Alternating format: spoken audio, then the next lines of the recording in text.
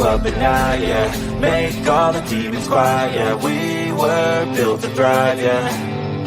I think that we've all had enough. What keeps you up at night, yeah. Make all the demons quiet, yeah. We were built to thrive, yeah. I think that we've all had enough. Yeah, I think that we've all had enough. Sick of dealing with the old plan. They know that we're calling it wrong. You got me like, oh yeah. I think that we've all had enough. They know that we're calling it wrong. Hey, it's too late to try to go contain it. A generation fueled by creation. We live lives on a small screen nation. We control the airwaves, no negotiation. I refuse to think we need saving. Something good will come from creation. And when we think that the world is too anxious, we'll adapt, evolve, survive, and save it. What keeps you up at night, yeah. Make all the demons quiet, yeah. We were built to thrive, yeah. I think that we've all had enough. What keeps you up at night, yeah. Make all the demons quiet, yeah. We were built to thrive, yeah. I think that we've all had enough. Yeah, I think that we've all had enough. Sick of dealing with the old plan. They know that we're calling it wrong. You got me like, oh yeah. I think that we've all had enough. Sick of dealing with the old plan. They know that we're calling it wrong.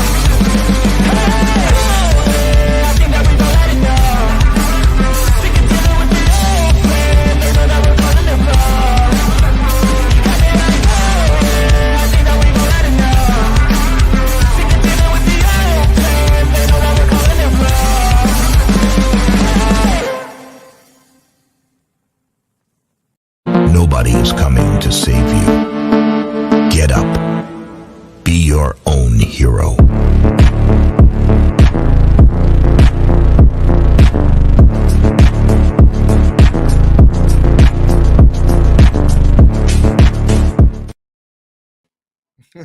Good evening, ladies and gentlemen. Welcome to Sovereign Soul Unchained Mind. Coming to you live 250 miles above your imagination from the International Fake Station with my good friend Something Wong from the Communist Chinese Party, here to control what I do and do not say. But does he really have any control? I don't think so. Well, as some of you may know, I was over on the Jeranism show. That's the first time I've ever done a team debate. I like the way the format worked. I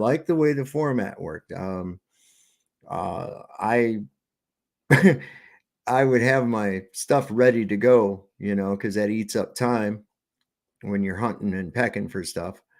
That maybe some people aren't too much used to, but I like that it did limit the amount of interruptions that we got. And then having to hear for 20 minutes how they don't like being interrupted and have to start over again and explain why and all that other nonsense. It kind of got to the meat of it. My position's very, very simple. Very, very simple. I don't make claims that cannot be backed up without evidence, without actual demonstrable science. Speculation on certain things is one thing. So the claim of empirical evidence for anything was really not met. A lot of conjecture, but there again, they always want to pin you into this. Well, you're implying a firmament. Where is it? What? Hey, wait a second, man. I don't need to see a picture of a cow to know that my steak came from a cow. I know that a cow is involved, unless you're Brenda and think you're going to have a 3D printed steak or something. But are they going to really 3D print a bone in it? I don't know. I did say T-bone steak. Anyway, that was interesting. I like the way the format went down. I like the way that how that buzzer thing worked. I went ahead and I used mine a couple of times because it was like, no, damn it, don't misrepresent what I'm saying or any other such nonsense. It says Alex says Dawn got me laughing a few times. What a temper. Is she your daughter? No. I've never met her. I just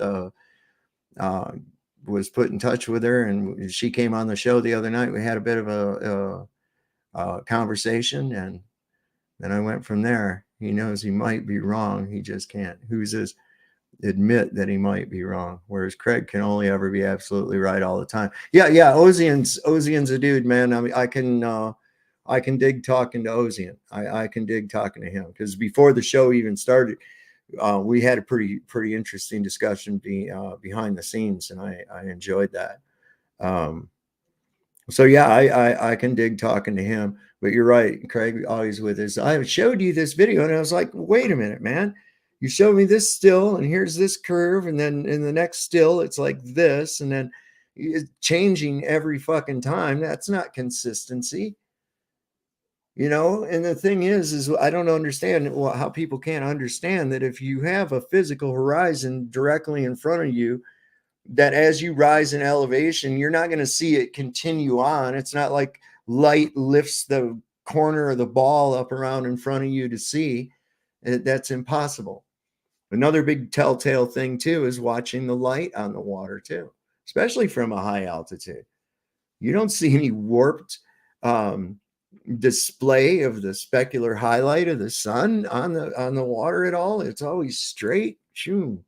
I don't understand that. But, you know, some people, if they think that's what they believe, then by all means, go right at it. I've put the link up into the top of the chat for anybody that wishes to come on and engage a little bit. I don't know if Dawn is coming or not. I can text her and find out.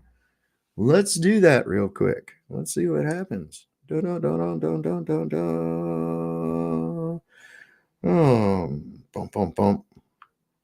We'll pull her up on the old Texterino here. Let's see. Look at there. I can type faster than a jackrabbit on a date. Faster than a jackrabbit on a date, right? All right. So let's see. That guy with the cool accent. What guy had a cool accent? Are you talking about Craig? I have an accent. Dawn did great. Yeah. Let's see. Iron Horse says, dang, I was on the other link. Don't be fooled by Ozian's naive, boyish attitude. He's still a snake. I watch. The eyes always tell me exactly what I need to know at any given time on anybody. You cannot hide your lying eyes. That's a true thing. Riley says that Dawn is one hell of a woman. Iron Horse says he can't stand Queg's accent. Yeah, well, you know, yeah, accents don't make you intelligent. However, it is a perception amongst a lot of Americans because they notice how they always use some British speaking guy. Does he's some kind of a college professor at Harvard University or someplace like that, and he's going to explain some sort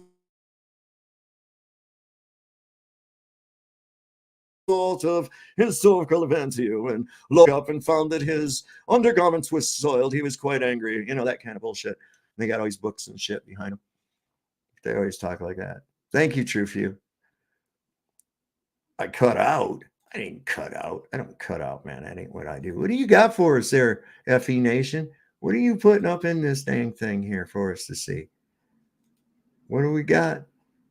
Is it Russia? What? A Russian crossing the ice wall in Antarctica. Well, that's certainly worth a look. This is from Vika Draziv. Oh, yeah. Okay, I've seen him.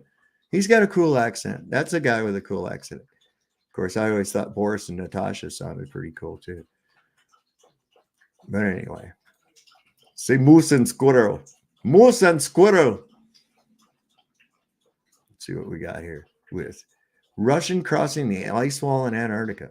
A Russian goes over ice wall from Antarctica.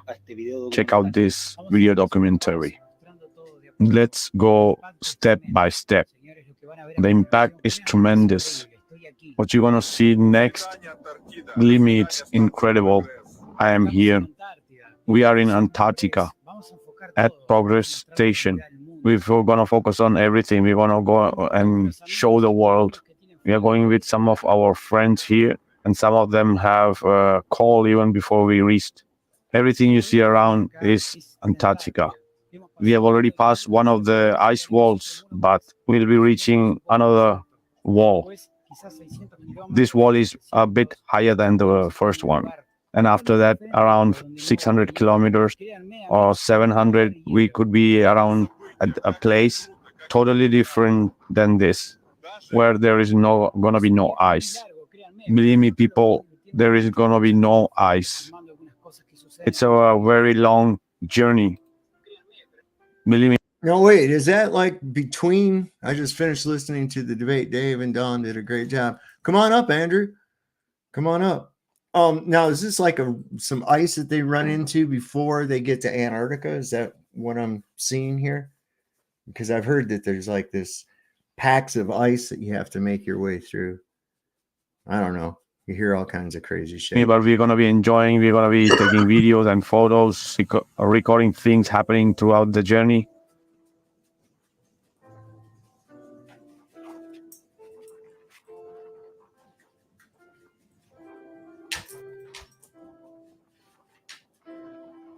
Yeah, I mean, I understand what you're saying. It says be careful with these vids. Yeah, I always take it for what it is, and any more shit coming off TikTok is just shit, you know.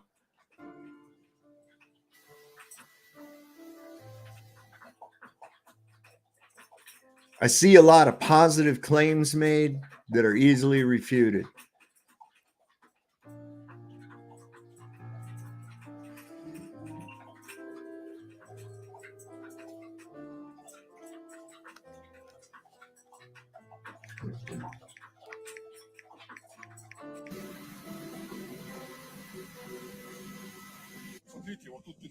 Here you can see that at least even the penguins reach till here. We have passed a huge part in the helicopter because we couldn't more on our ship. Let's keep walking. It's clear that there's a lot of life here. We cannot ignore anything we see here, including you can see fissures in the stones as if there was water flowing here. But we will continue to investigate. Let's keep walking. Still way to go. See you. You know, a lot of people don't know this. They packed summer weather gear for with all the shit that they had for Operation High Jump. Just saying. You know, it possibly get temperate once you get past this. You know, I don't know, but it certainly doesn't. I don't know. We'll see later. I'm saying clear that there in the background is the Antarctica. Here, this is all unknown. Here, there is no more ice with land with ice. There are huge waterfalls. Here in this video, everybody's a bit confused. From far, it looks like ice, but it's not ice. It looks like, but it's not. I almost touched, and it's almost like a marble. It breaks a bit, and it also melts, but it's more like a marble, a strange rock. In this moment, I don't have more data to give you. I'm equally lost like you all. Since what? Wait a minute. So it's not cold? I'd like to see some more on that. See, I don't know, man. Come on. Surely all this landscape is new for me, and more this kind of water, inclusive you can see in the background. It's the last mountain that was left. That is Antarctica. But here there is no ice. There is vegetation, here is water, and the water is not getting frozen. More landscape. When I turn around with my camera, you're going to be surprised. Everything that is on the other side, and no one has been there. And I don't think I'm also even go there. As I said before, everything that is in the background is beyond Antarctica. But I'm not going to go there. Impossible, friends. Now I go back to my point of origin. I'm gonna return back. And when I turn my camera, there is Antarctica that we all know.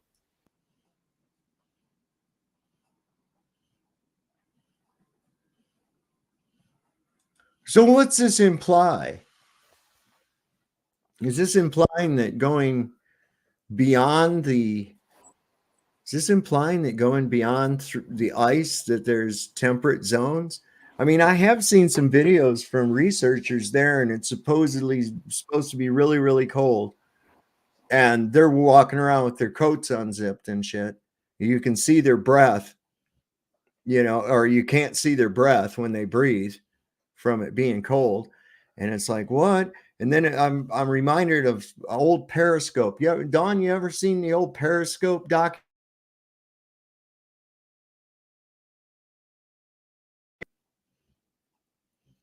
You're muted, Don. She's doing something. Maybe she can't hear us. Sorry, I was just the video was playing live in the background, and so I had to figure out where it was because I have so many. I got you. Close it down first. Hi, sorry. What did you ask? I said, have you ever seen those old Periscope documentaries? Like they got one on. Of course I have. Stuff, right? Okay. Yeah, I've shared videos.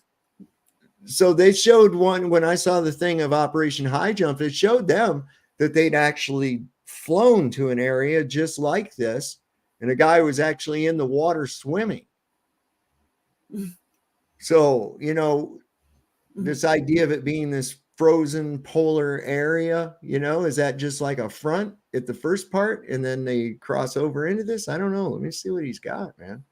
Nuts. Do you have fun over there tonight? Oh my God. It was my first debate. And I was against someone that's a freaking nuclear engineer with like 8,000 debates, so I didn't know what to expect, to be honest with you. Like freaking Lion's Den, right? Right. Well, I comments, so I have no idea how I did. I don't know if people hated me or not. I wasn't watching comments either. I was just listening more to what he said. And see, that's what I do is I had my notepad. And when he's saying all this nonsense, I'm cutting these little notes down. I know. Well, there was one thing that I was like, well, I have to, what is he talking about? I forget what it was, but temperature is anyway, something regarding less gas. Anyway, it made no freaking sense. I gotta look into it. Anyway. Yeah, there's a whole host of different, and he said that there's a host of different mechanics involved all at one time. This is why it's a dynamic system, right? It's a working system. It's constantly heating and cooling. They act like this shit is just stagnant. Like it is this pressure here and it is this pressure here. No, it's about that pressure. Yeah. It's always changing. This is why people with sinus conditions, right? When it gets more pressure in the air, they get this sinus condition and they get a headache from it. And it's due to the increase in pressure. My God, they don't understand. It's not always. And if you saying we're showing no friggin' proof, we're not talking about any laws, like nothing. Like, oh my God, how many times you mentioned like several? And they oh my God. Just because you don't want to acknowledge it doesn't mean it doesn't exist, right? Just like the freaking ostrich with the head in the sand, right? The tide's still gonna come in, Yeah. What's up tonight? Taking Back Eden? Yeah, hi there. I think you both did great, and thank you for showing up to the debate. I like the format, man. I like the format. That's the first time I've ever done a team debate. So it was kind of like, whoa, back and forth. It was like, it's a little confusing. I'm used to really sitting and listening and dissecting what the guy's saying, and then it's like, wait a minute. Okay, that's on her point. All right. There's so many points I wanted to bring up, but then I got, and then it was just like so much going on in different topics that, anyway, there's a lot to talk about. Yeah. Thanks for having me on. And I think you both really did a great job. There were times where I felt a little nervous, but Don, you would respond with excellent points. And I think this is great a learning opportunity for us all. In fact, I kind of feel bad. Like last time I was here chatting with you, I really just thinking about it. I wish I'd helped prepare a little bit more points because I know how crafty those guys are and how well prepared they can appear to be. But Well, I hopefully mean, they'll be around too. just a bee in itself exemplifies the very things that I talk about. It employs a manipulation of the medium through a magnetic resonance, through a frequency of its buzzing of its wings. Those little veins in those wings, those don't carry anything but vibration and frequency. That's what they're for. And they are able to put this field around them. They can fly through a wind and it doesn't even affect them. And then they use the electrostatics to buzz around the flowers and collect up all the pollen. Yeah. They get to a certain point and they can't carry anymore. That's it. That's all the charge will hold. And they fly straight back in this field they've created all the way back to their hive to deliver that pollen. And so you notice it's employing a whole host of things. Sorry. You notice they also never seem to discuss the in the same breath or in the same topic the alleged rotation of the Earth being approximately 1,600 kilometers per hour, whatever it is, like 1,000 miles per hour. When they're discussing gravity and all that other stuff too, they fail to ever want to discuss magnetic forces, right? And how it's a much stronger force or energy, whatever you want to friggin' call it, than electricity is, and so like even with these gravitational forces that they discuss, like there's much significantly stronger forces at play that they just completely either fail to even like acknowledge. Like again, we need to look more into electrical magnetism.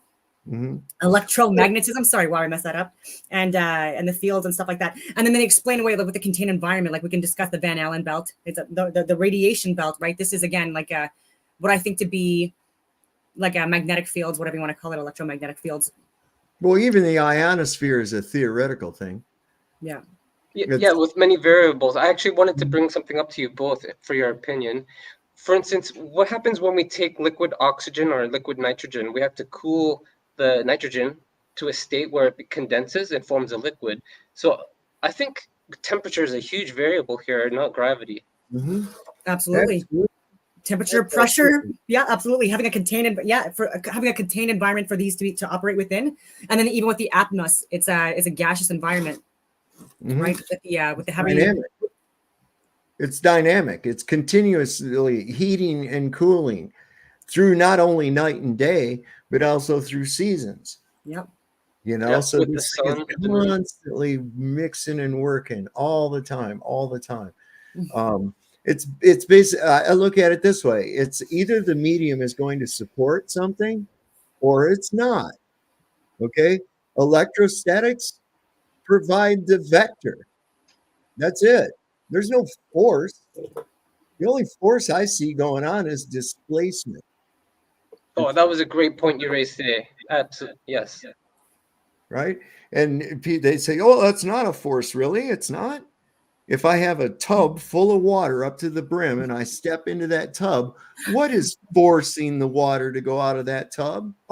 Displacement forced it. So one of two things can happen. Either the object will succumb to the medium or the medium will succumb to the object. It's all about the displacement ratios, man. And we have a downward direction basically due to electrostatics. I can show that video here in a minute of the balloons in a car. Have you ever seen that, Dawn? I've seen literally hundreds, if not thousands, of videos like with all of this stuff, and even like with Dave Weiss with his is that the video you're talking about with electrostatics, like being able to like elevate? No. Like, there's so many out there. This guy's got a let me pull it up. Hang on. Yeah. While you do that, I just want everyone to remember whenever someone invokes the word gravity, it's just a perversion of the word gravitas, really. Just like the word dinosaur is to dragons. We can when someone invokes dinosaurs and they're saying 65 million plus years, and then once you look into the details, you'll see that it's unverified, it's unscientific, circular reasoning, ad hoc explanations. That even itself, like you raised a great point today, Don, that it's a theory, right? And sure, their response to the music theory and such, it's not that's not the same sort of analogy. But yeah, this is a great video here. So he's got a regular balloon filled with air, the same ambient air, in the yellow balloon, and a helium balloon fastened to the floor in the orange balloon. This is pretty crazy. Watch what happens. You know, a balloon is floating. A balloon that's just hanging in the air. We're going to see. And Blake, what do you think? Will there be a difference? This balloon floating? I don't know. I think that maybe this one will be a little bit more grounded. Right. Because I don't know. That's just my Right. that's my hypothesis. Let's try it. So Sarah, go ahead and punch it. All right, emergency stop. Yeah. Did you see what the balloon did? Right. When we accelerated, we got pushed backwards, Yes. essentially, but the balloon went It forward. did. It went forward. What's going on? I don't know. Is it just because of the weight of what's inside the gas? You're on the right track. Okay. And this van is filled with gas. It's filled with air. Yeah. Sarah, go ahead and punch it again. Goes forward. Uh-huh. Emergency stop. Quick. Goes back. Wow. Okay. The air inside of the van is actually at rest. When she accelerates, Mhm. more air gets back here, and up front where they are, Mhm. there's a little bit less air. And is that why It's the a little bit balloon less is dense. drawn that way? Yeah. Helium balloons float upwards into the upper atmosphere because it's less dense higher that you go. Huh. Okay, so it's trying to find a place where the density of the air is equal to its density, which And it is can do that quickly. yeah. Do it again, Sarah. One more time.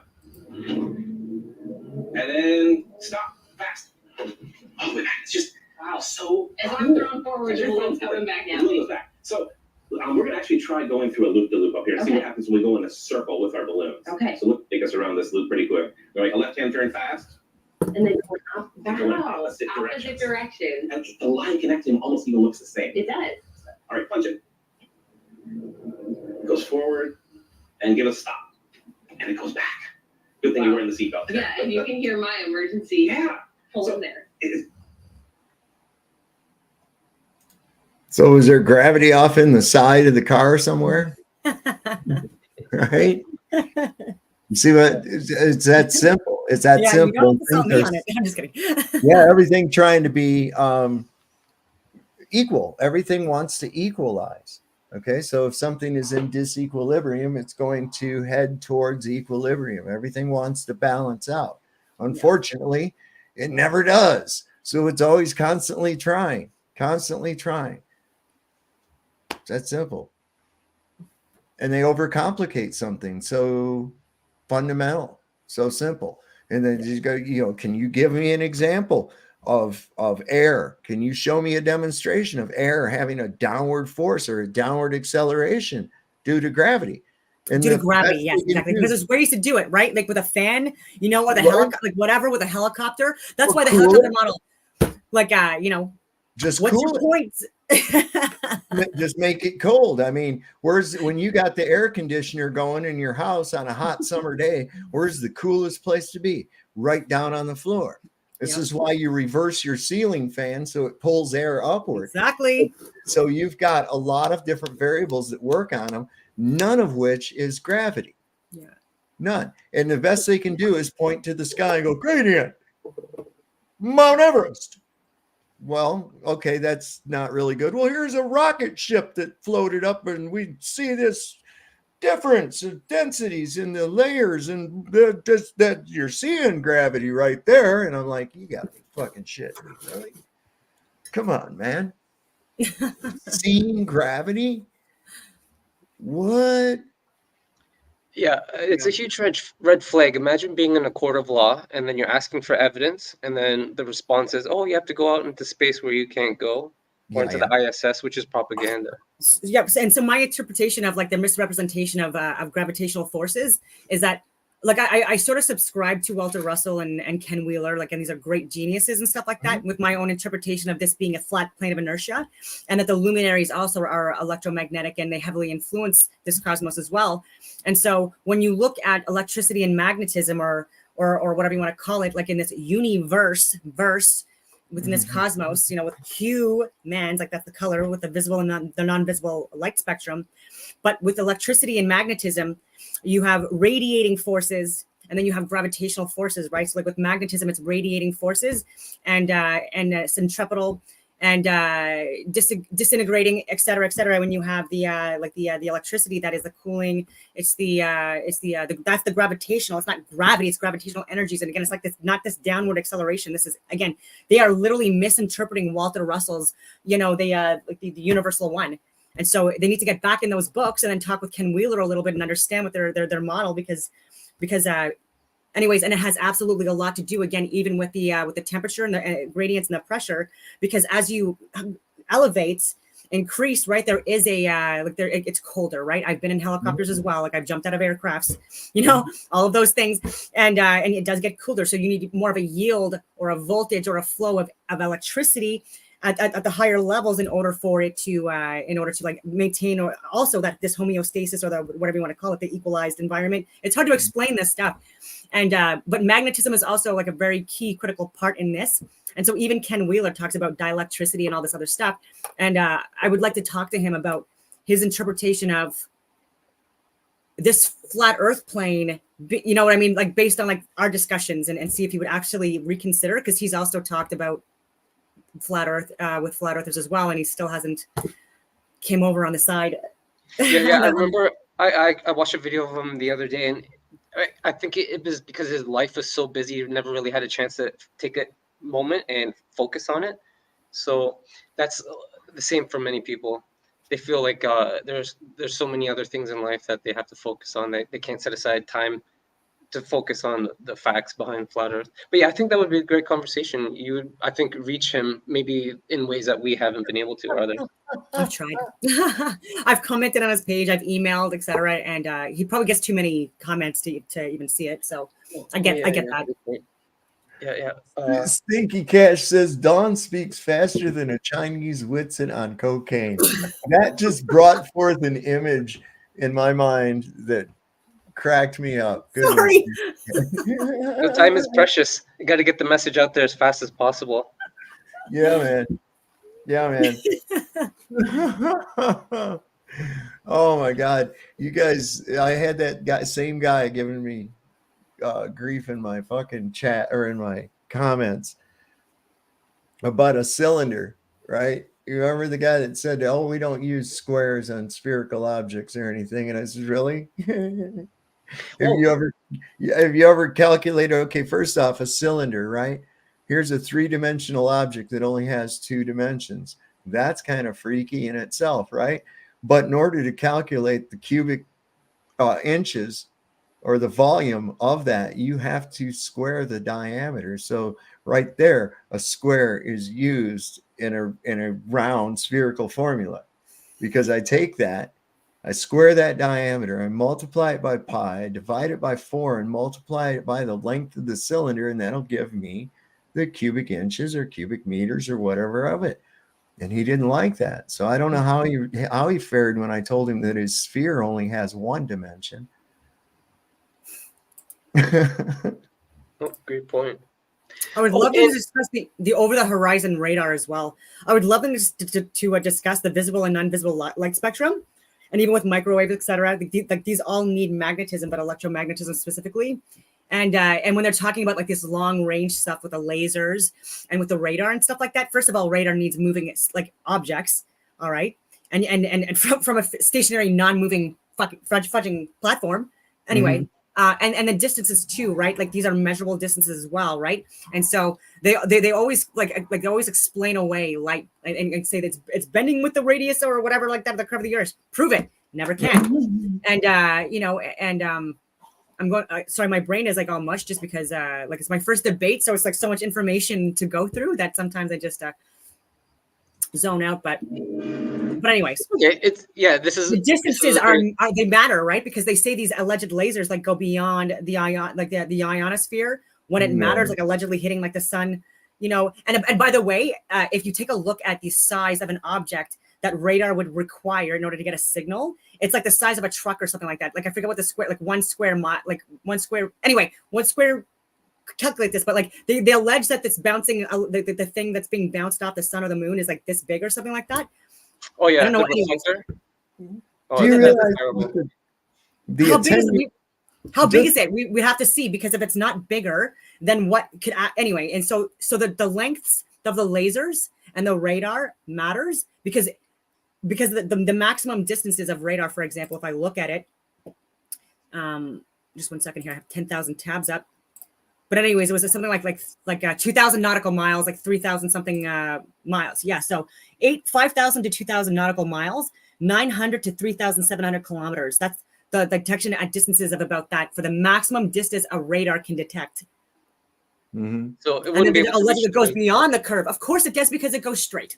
And if you don't understand the inverse square law either, like also like as light like anyway, I won't even get into that. But That's like you can I've seen this with my rifle, right? So I've got a laser on my AR-10, and I can get back and put that laser beam on something, and the dot on the 25-yard target is going to be a lot smaller than the one on the 50-yard target. The one on the 50-yard target is going to show up about that size, about the size of a nickel. See? prove that this bends. And this is why I was asking them about cameras and telescopes too. I hope this makes sense because it sort of makes sense to me with like the lenses that are within like the structures, right? Just like our eyeballs, by the way, these lenses. That's where you're getting like the change of medium from like in order to get like in order to get the picture, right?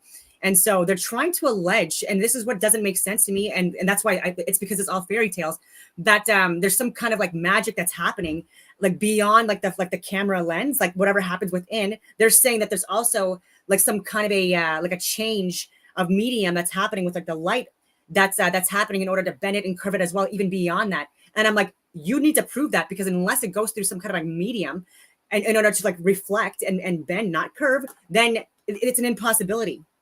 And they're trying to explain that away as well. And so it's nonsensical to me. And even if you were beyond water and you go off of a flat plane, right? So it's just terra firma, and you go beyond, we're still going well beyond the 3 miles, right? And so like any surface you want to friggin' look at, we're seeing well beyond the alleged Earth curve calculator that they gave us, the model that they gave us, the calculations that they gave us based on their dimensions. Oh yeah. There's 2 points to that. Yeah, the lasers that the military use to point targets, they're not taking in effect curvature, if I'm not mistaken. But yeah, I wanted to raise this photo with you both because Ozian mentioned we have a photo of the Earth. So I've been debating people on Modern Day Debate and asking, show me the greatest evidence for this Earth. So someone shared this as an actual photo. So do you happen to see near the center where that looks like a bright spot? Yeah. In the very center. So I'm trying to get to the people. I'm trying to figure out where the subsolar point is, because around the subsolar point, there should be an intense or a greater level of light, such as a hot spot, right? Because that's facing the equator. Now the subsolar point changes because the sun Sorry. Are you that little bit of landmass? Like how much of the Earth is allegedly seen? Like the surface of the Earth is allegedly seen in this image? Yeah. Because it looks like it's a very small piece, and so is every other part of the land masses and geographic locations on the other side of this alleged globe, globular model. That's another great point. But I want to show you what I found when I took this into software. So let me just pull up another image here. Okay, so while taking into that image that someone claimed as an actual photograph. Do you see the screen still? Yes. Yeah. Okay. Maybe I have to share it again. You probably.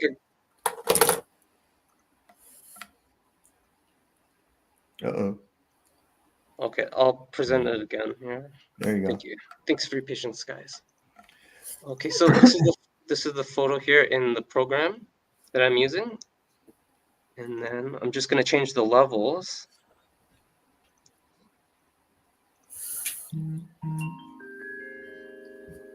Okay, and then this is what I found here. You got to share it again. Okay, thank you. So when you take that photo that people claim is an actual photograph, and then you adjust the gamma, look at the hotspot. It's completely, it doesn't match actual other photographs of hotspots. I can present other hotspots, and there should be a proper radial dispersion of the light. I'll give you a perfect example. I understand. Yeah. Wow. Yeah. So these photos that they claim are actual photos of Earth.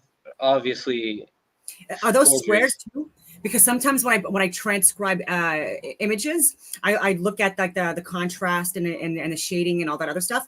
But also there's also ways of looking to see, because there's some images that NASA alleges are real, that of the sun, for example. And when you do the contrast stuff, Mr. Freedom BDR or Josh Bigger, he actually shares this as well. But where you see that it's a square object, it's obviously fake. It's obviously fake, and they admit it. There you go. That's what it should have looked like. There. Yeah, I also It want. looks like I the have a friggin', boulder. Well, I also have a Star Wars. boulder on my property, a large boulder. I poured some water on there.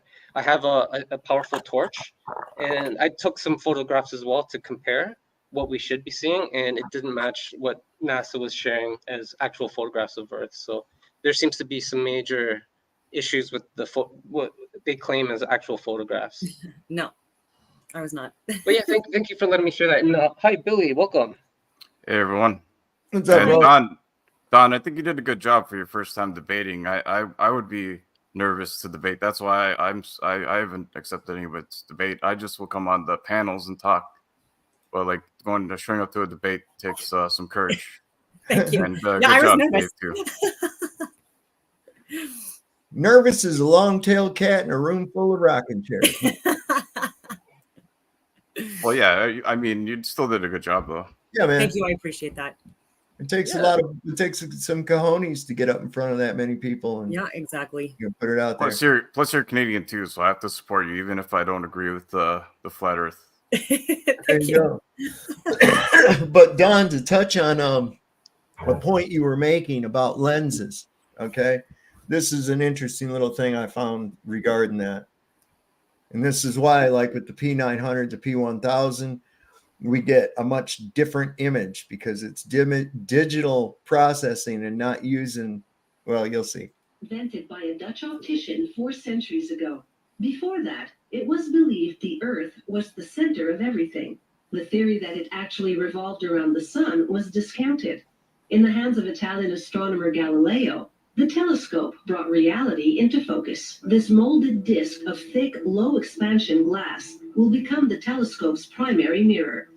A diamond-edged tool rotates on a calculated tilt to make the glass slightly concave. Okay, if you don't know what a concave mirror does, a concave mirror can distort images. It'll make a circle appear to be spherical if used correctly, okay? Telescopes have a combination of convex lenses and concave mirrors that distort the celestial objects that you are seeing in the sky. This distortion caused by the concave mirrors and the convex lenses and the aberrations caused by the light being reassembled in the eye itself makes it to where you can't even see the stars for what they actually are, okay? This is what the stars look like without being distorted by these particular mirrors and lenses. Of course, there are going to be people in the comments saying stars look like this because they're so far away.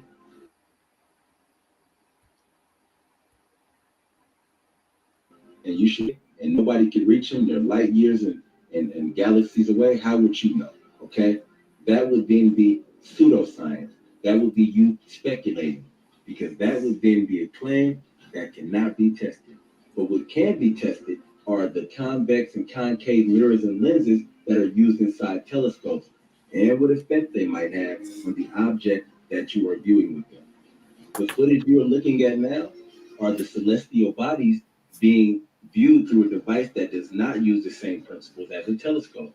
It does not have the concave mirrors and convex lenses that would distort the image you're looking at, making a circle appear to be spherical, like this footage here, taken from a high-end, high-powered telescope. That also uses software to translate the image that you're looking at into what you see on the screen. That right there should be a red flag to you, that the image has to go through some level of processing to show you what you want to see. Like I tell you. And they do. They go through a lot of processing for that. A lot of these ones they're selling now that hook up to your PC, they got the GPS in them and shit, and they show you the image on the PC. It already knows what you're looking at based on your position and automatically enhances it to be this image that NASA wants you to see, or that the controllers want you to see. Because it can be magnified You know, like they could be like again, like put more in focus. And again, it depends on also the size of the lens as well as to like the distances that can be observed and stuff like that. And these are all things that are happening within these technologies, whatever you want to call them, that are giving us these advanced views. And we're seeing well beyond this alleged curve. I'll keep on saying this. Like there has to be a physical, geographic curve, like a horizon, whatever you want to call it, in order for there to be like a globe or a ball. Yeah, Billy, have you seen these pictures or videos of the stars or wandering planets? Yeah. Okay. Any thoughts? Well, Out of you're not gonna like focus? what yeah. Well, that's all I got now. That's okay. I mean, that's Like, pretty I much. have like my own theories, unless but I mean, unless I do myself.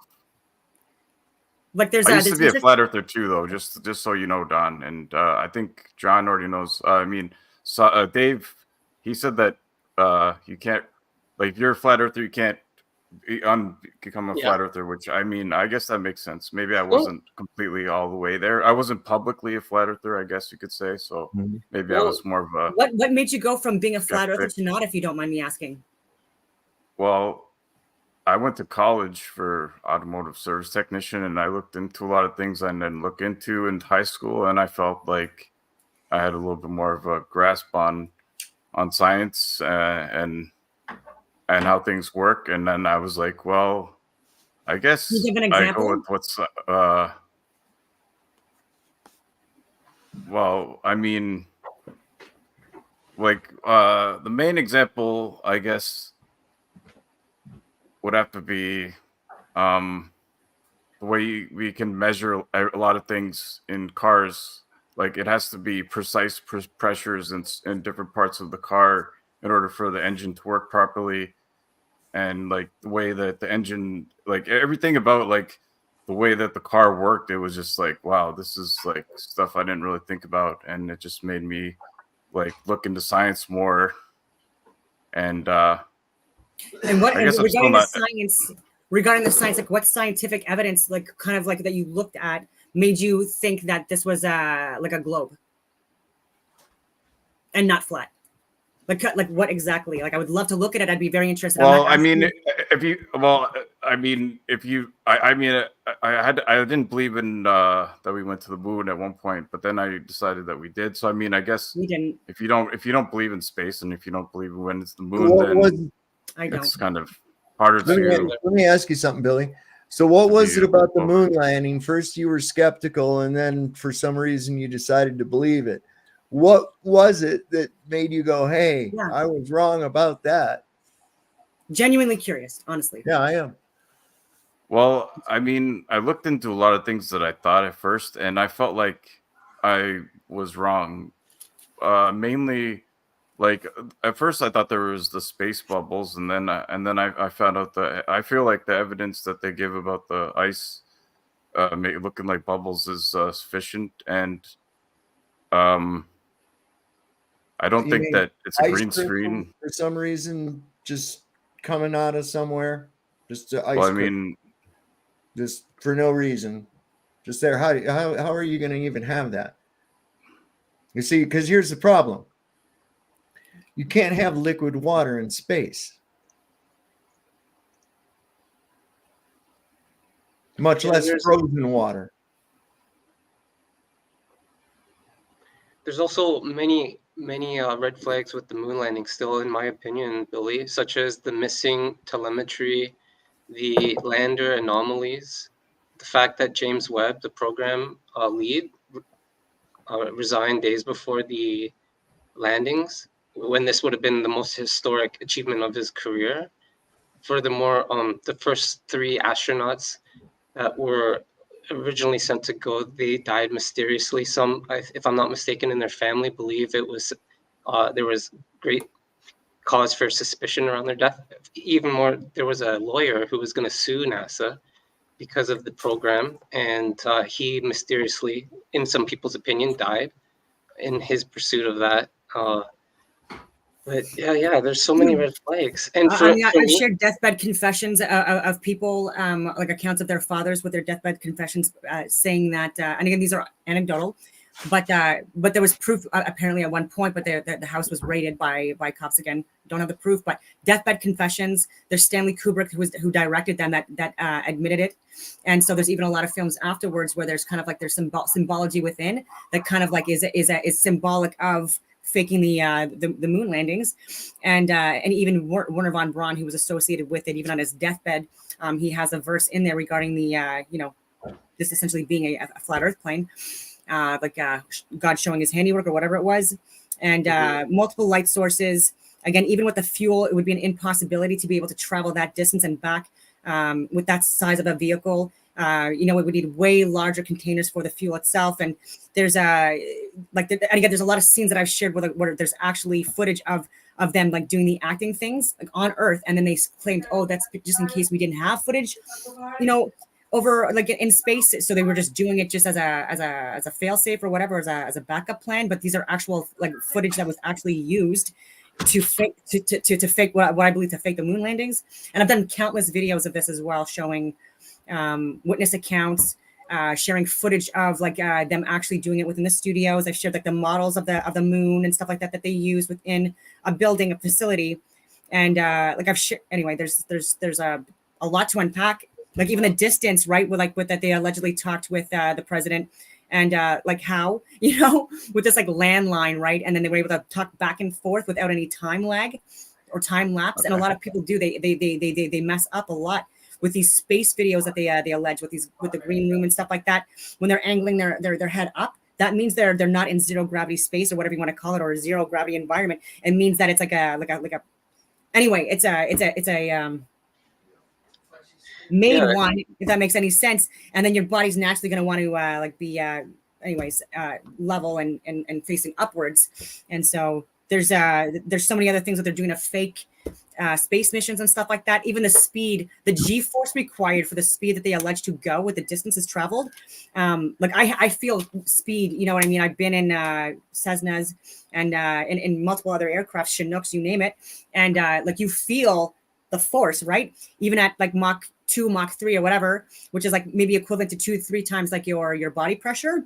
And so they're allegedly like going beyond that force or feeling beyond that force where people pass out, in like the tests, like even pilots, like high level athletes. And like apparently William Shatner went in space at like 90 something years old and was like talking and like joking and laughing. And like sometimes they're like knitting and playing games. It's just, unfortunately,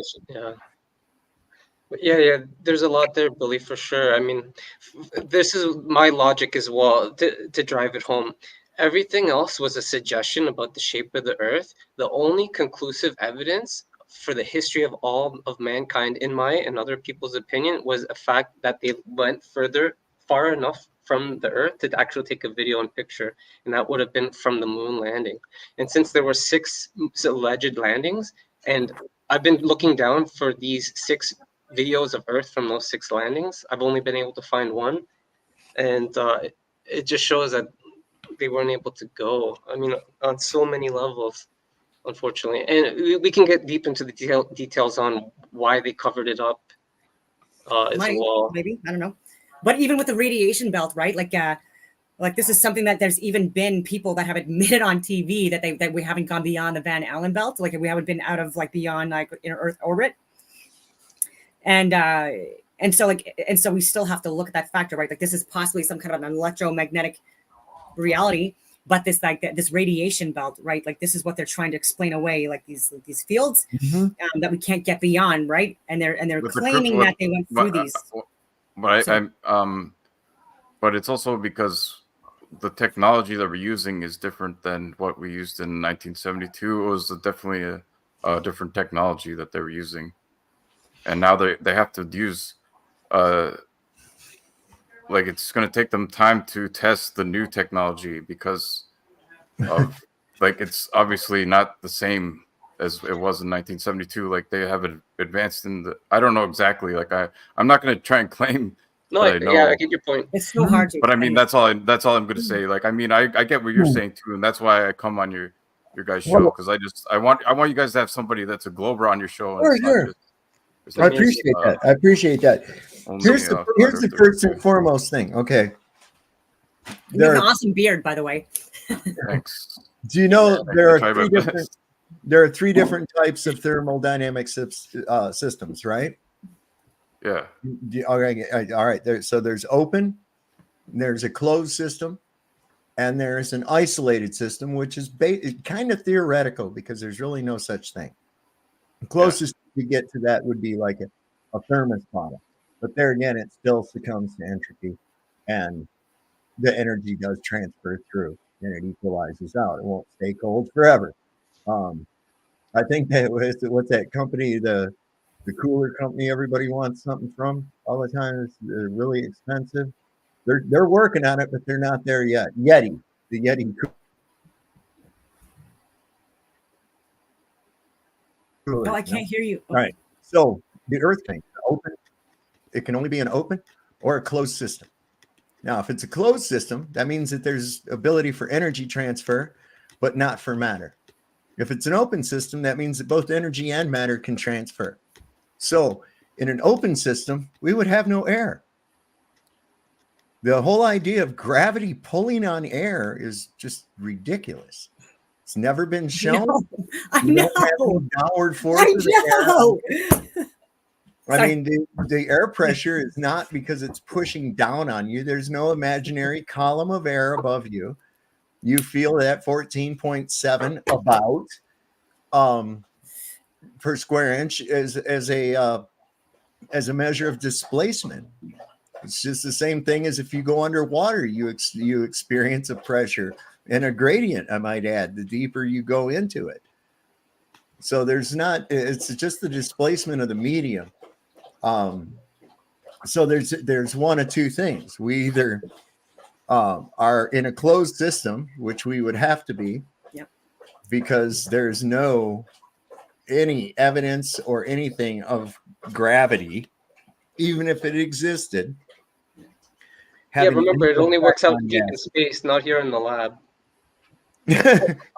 Unless you're considering the Cavendish experiment, of course, which, to be fair, yeah. And if this is a simulation, like Craig says, then how can he say that there's like gravity? Is there any gravity that that is applied when you're playing Super Mario Bros. Or Call of Duty or anything like that? Well, see, that's the thing though. When you're doing video games, they tend to do like more flat Earth because it's easier to do calculations on a flat Earth than it is on having to do having to compensate for the curvature. You're gonna have to do extra calculations that you wouldn't have to do if you're just working with the flat plane. So there's. Oh, go ahead. Sorry. There's I just wanted to read it just to make sure that I get it right. I'm just talking about objects because that's important as well, because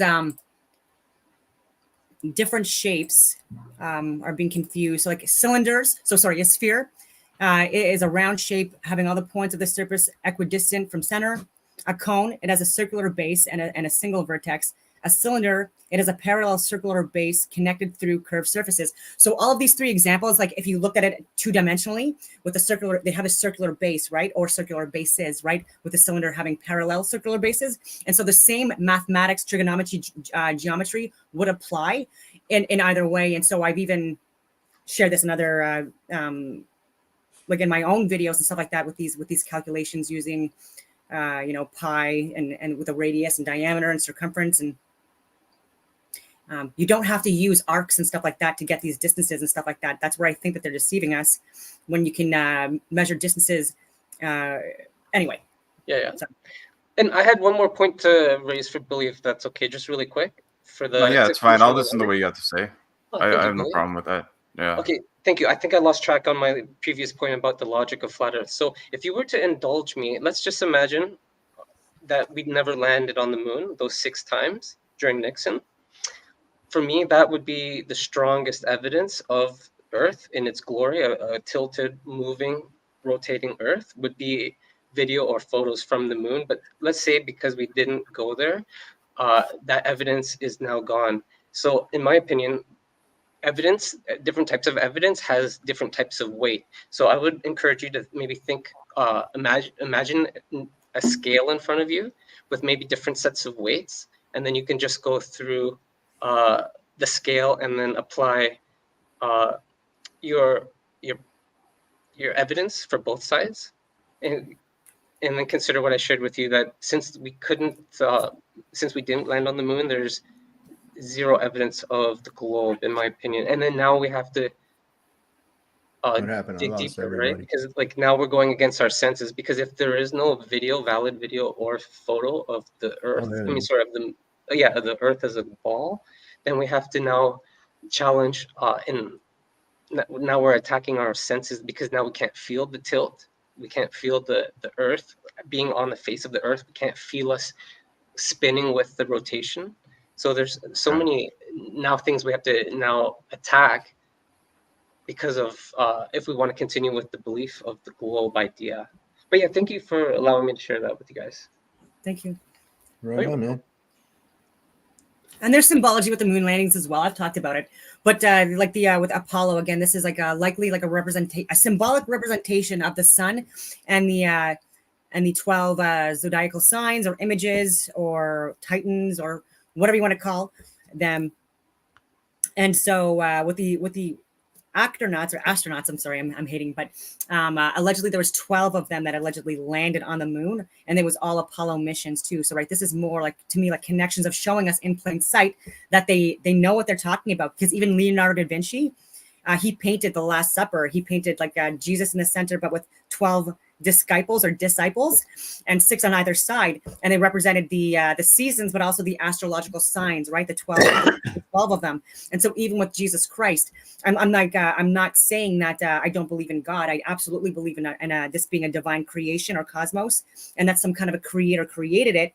I don't know what that is or what to call this thing. You know what I mean? That's way beyond my realm of comprehension, right? So just like a dot can't comprehend a line, it can't comprehend like a 3-dimensional object, right? 1 versus 2 versus 3 dimensions.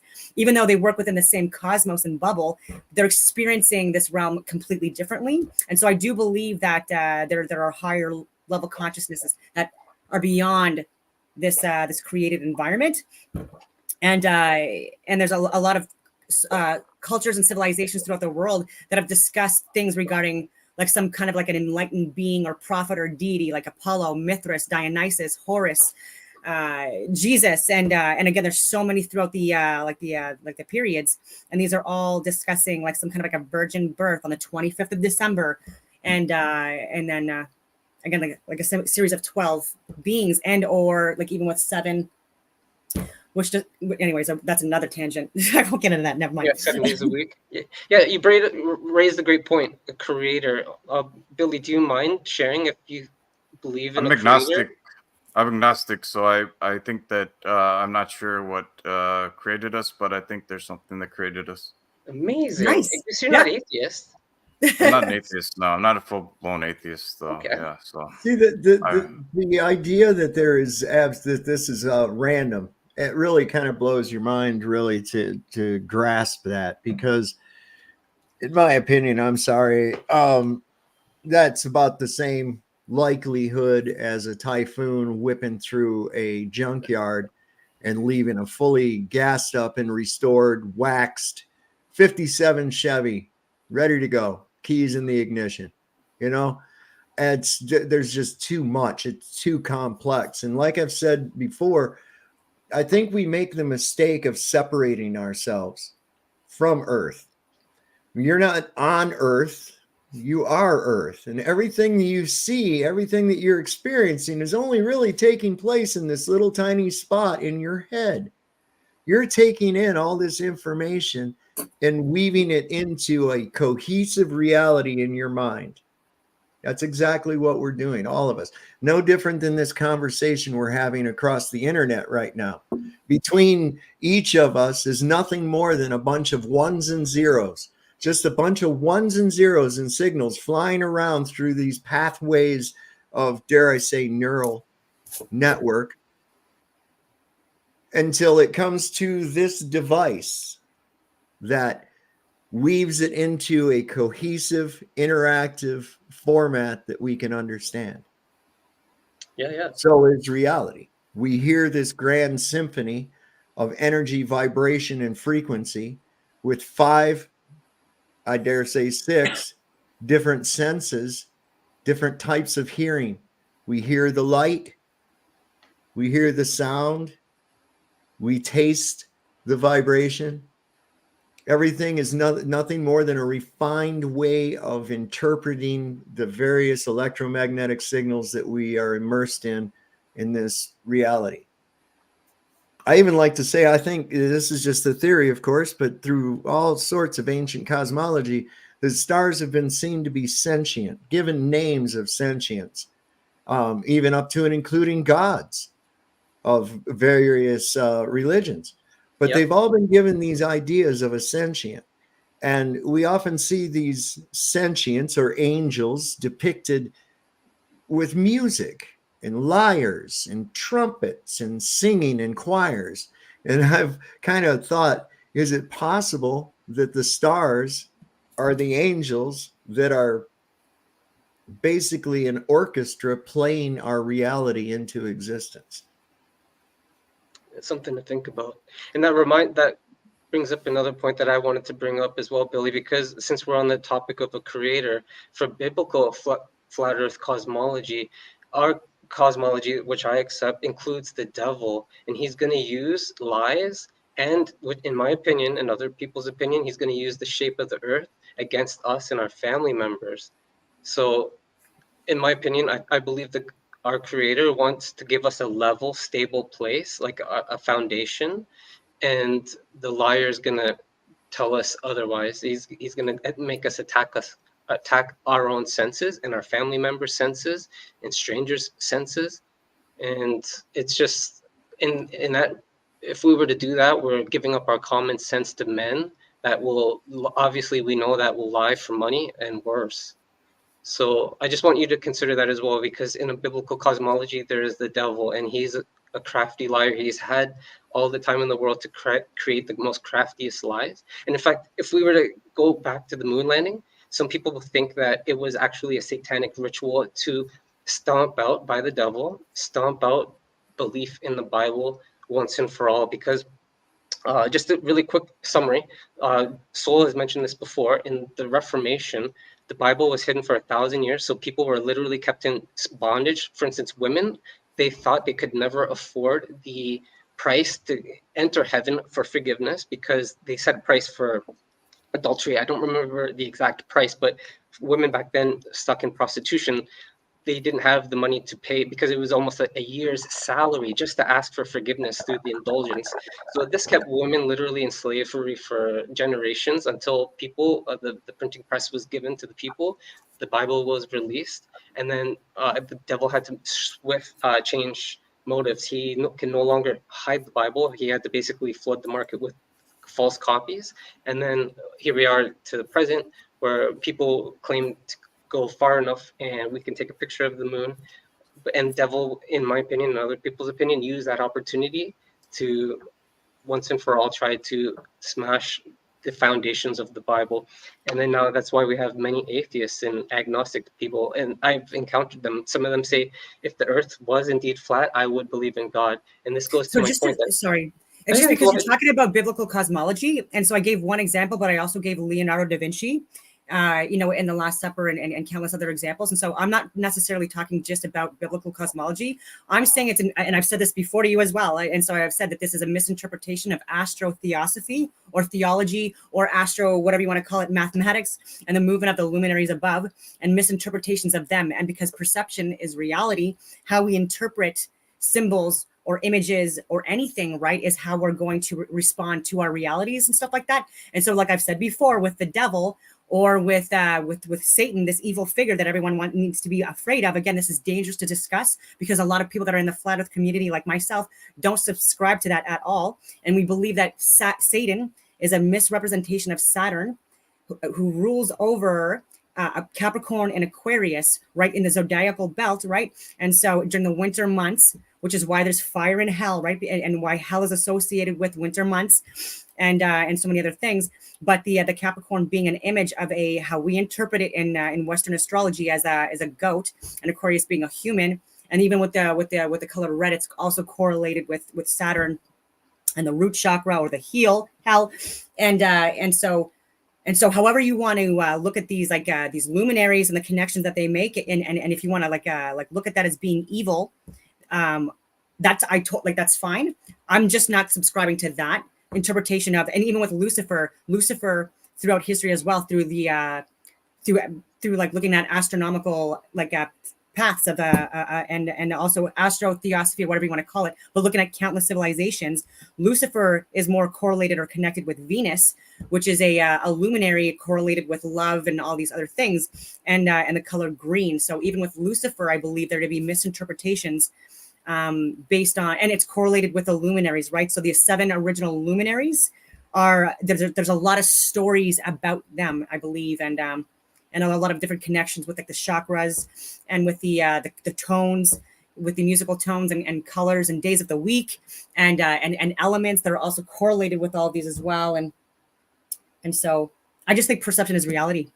Yeah, there's many ways to look at this realm that we're in, for sure.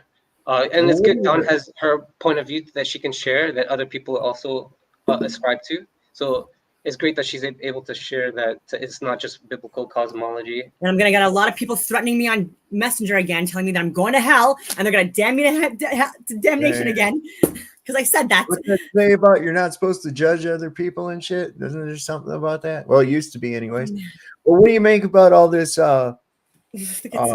fear porn and doom porn around this eclipse coming up? Well, I live where I can actually see it, so I'm gonna be able to see it myself. So I'm gonna take a video of it, and I have the glasses, so I can look at it. Oh, I'm gonna look at it with my naked eyes. I'm going to Ohio to see it. No, well, you got to be careful because like when I go, like it's very bright. So like when you've got like the blackout, like when it's like moving, you got to like it can be like very like magnified or anyway. Do what you want. I stare at the sun every day when it's out. I go out and I don't just work up to it. I just look right at it and stare. Yeah, so do I. And the world record is pretty impressive. Some guy from India. It's not like guaranteed it's gonna make you go blind. If it's just so that's what like I mean. It's just you're taking a chance. Like I think burn your eyes a little bit. Here's what it is. I'm Depends on how long you look at it. If you look at it too long, it might affect you more. Yeah, one of the reasons they've been blocking the damn sun out with these chemtrails. Okay. Yeah. The whole thing is, man, the sun, we're electric. This is why you wake up in the morning. This is why third shift people have to black out their room and shit so they can sleep during the day. They have to fool themselves into a false circadian rhythm. You see, we are energized by the sun and we power down at night and we recharge. The next morning we wake up, boom, energized by the approaching sun. This is how everything starts happening. The birds start singing, everything, right? So I think that your consciousness is also directly related to the sun somehow, because the amount of conscious uplifting that I feel after looking at the sun, after staring at the sun, is incredible. Yeah, same. And on cloudy days and stuff like that, where you haven't seen the sun for a little bit while, you start feeling a little bit, But that makes sense though, because if you don't have any sun, it's gonna actually maybe affect your health. So yep, it actually with the vitamin D and I sun gaze. I try to get at least with my dogs and stuff like that, but I try to get on soil. And it's contact with the ground, and then even with my heels and my palms out and stuff like that, and I do the sun gazing, and because I think we're electrical magnetic beings as well. I totally agree with that. Yeah, we did the math. There's approximately 100 lightning strikes on Earth every second. Remember? So yeah. Well, I mean, even just the electromagnetic field that emanates from the human heart has a 6-foot diameter. Whoa. Yeah. That means it's a 3-foot radius, and if I'm 6 feet from you, that means that we're not sharing an electromagnetic heart field. We're not communicating. Isn't that interesting? Mm-hmm. Wondering, maybe it didn't have anything to do with any little magical bugs jumping from one person to another after all. Combine that with taking away micro expressions, which is another important integral form of communication that we use when we're interacting with one another. We're sharing a heart field, and we have micro expressions with our eyes, our face, everything, the whole thing. And now you take that away and take away the other part. It's isolation. Yeah, yeah. And that's- Well, I hide my the mouth hard with my part beard, hugs. so people can't see my mouth. Yeah. Yeah, somebody in the chat said Billy needs to move his fucking lips when he talks. I I'm couldn't practicing tell to it was become you. Ben Yes. Phillips.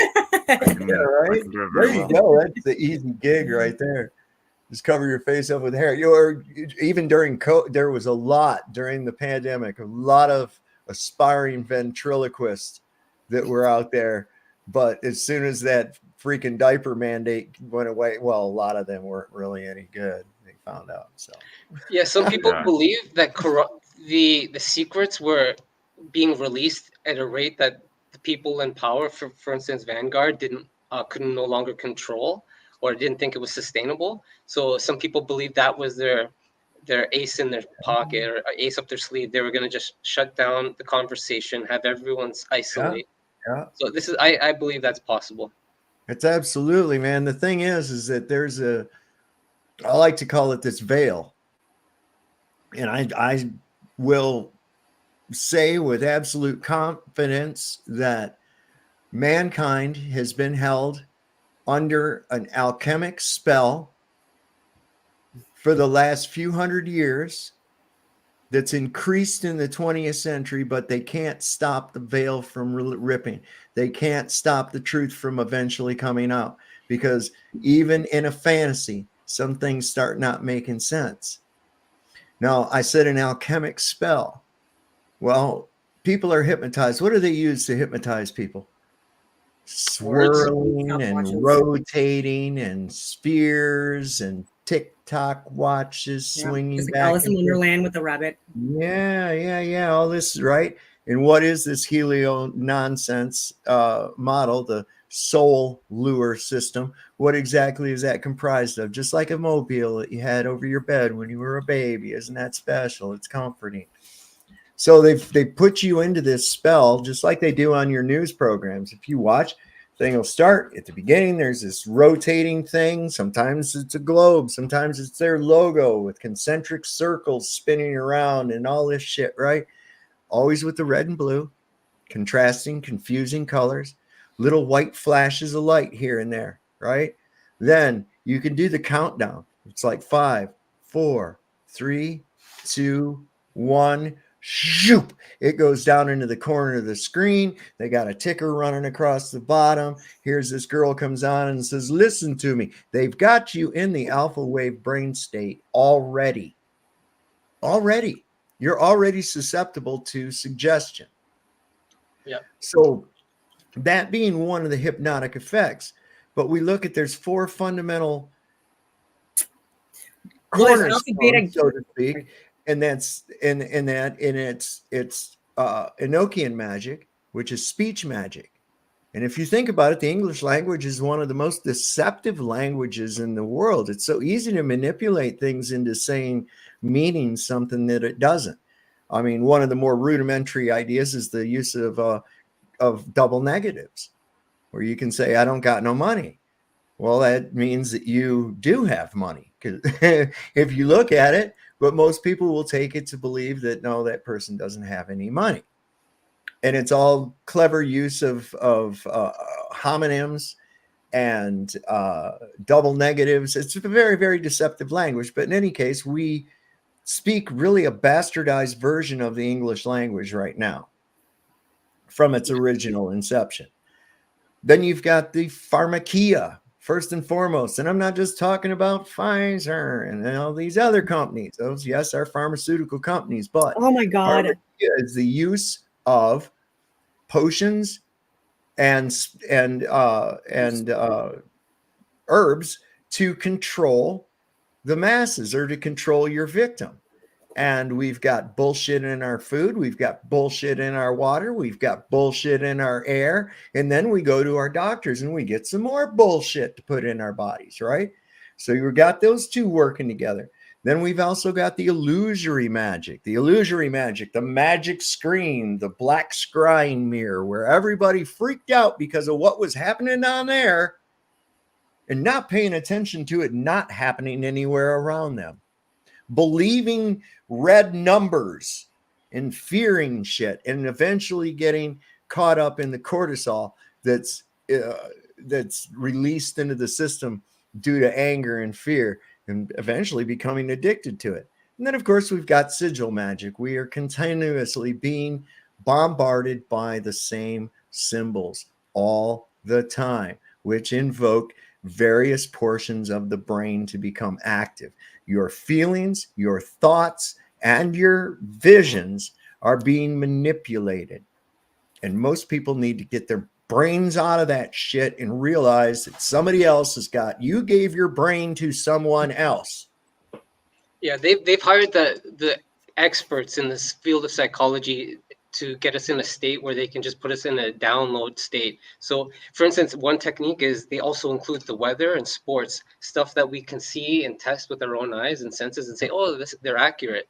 And then since they've earned our trust by providing us the obvious weather, right? Now everything else that they share with us, we almost feel like we can accept because this is now an authority that we can trust. They built that relationship of trust with us. So when you look at that's okay. I was finished. Thank you, Don. When you look at EEGs or ways of measuring the brain waves, there's the alpha. This is my understanding of it: alpha, beta, delta, and theta. And then so we have the alpha and beta is more when we're more alert or more anxious or stressed out or firing more like a higher stress levels essentially, and where we can function more within our environments, right? Because stress could be a good thing as well. And where you have theta, that's correlated with the dream state or the hypnotic state, and also monks when they meditate, they also can be in this state. They're very often in this state. But also interesting with that as well, this can be seen as a hypnotic state, this theta state. But it's also when people aren't properly developed cognitively speaking or emotionally speaking, spiritually speaking, they can be stunted at the lower levels, right? Like if they're a childhood, as a child, for example, if they experience trauma, this could be something that impedes like neurological development or cognitive development, etc., in various ways.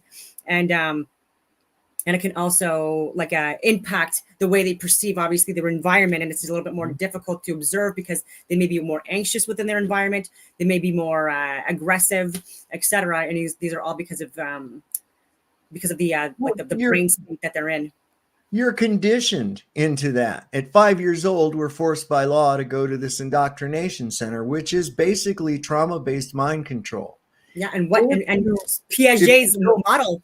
Because I've done apparently I'm not a fucking scientist. Sorry, I keep on swearing scientist. Okay, so cognitive scientist, by the way, but it's advanced psychology in there as well. And so even when you look at Piaget's model for developmental psychology, this is all basic lower level stuff.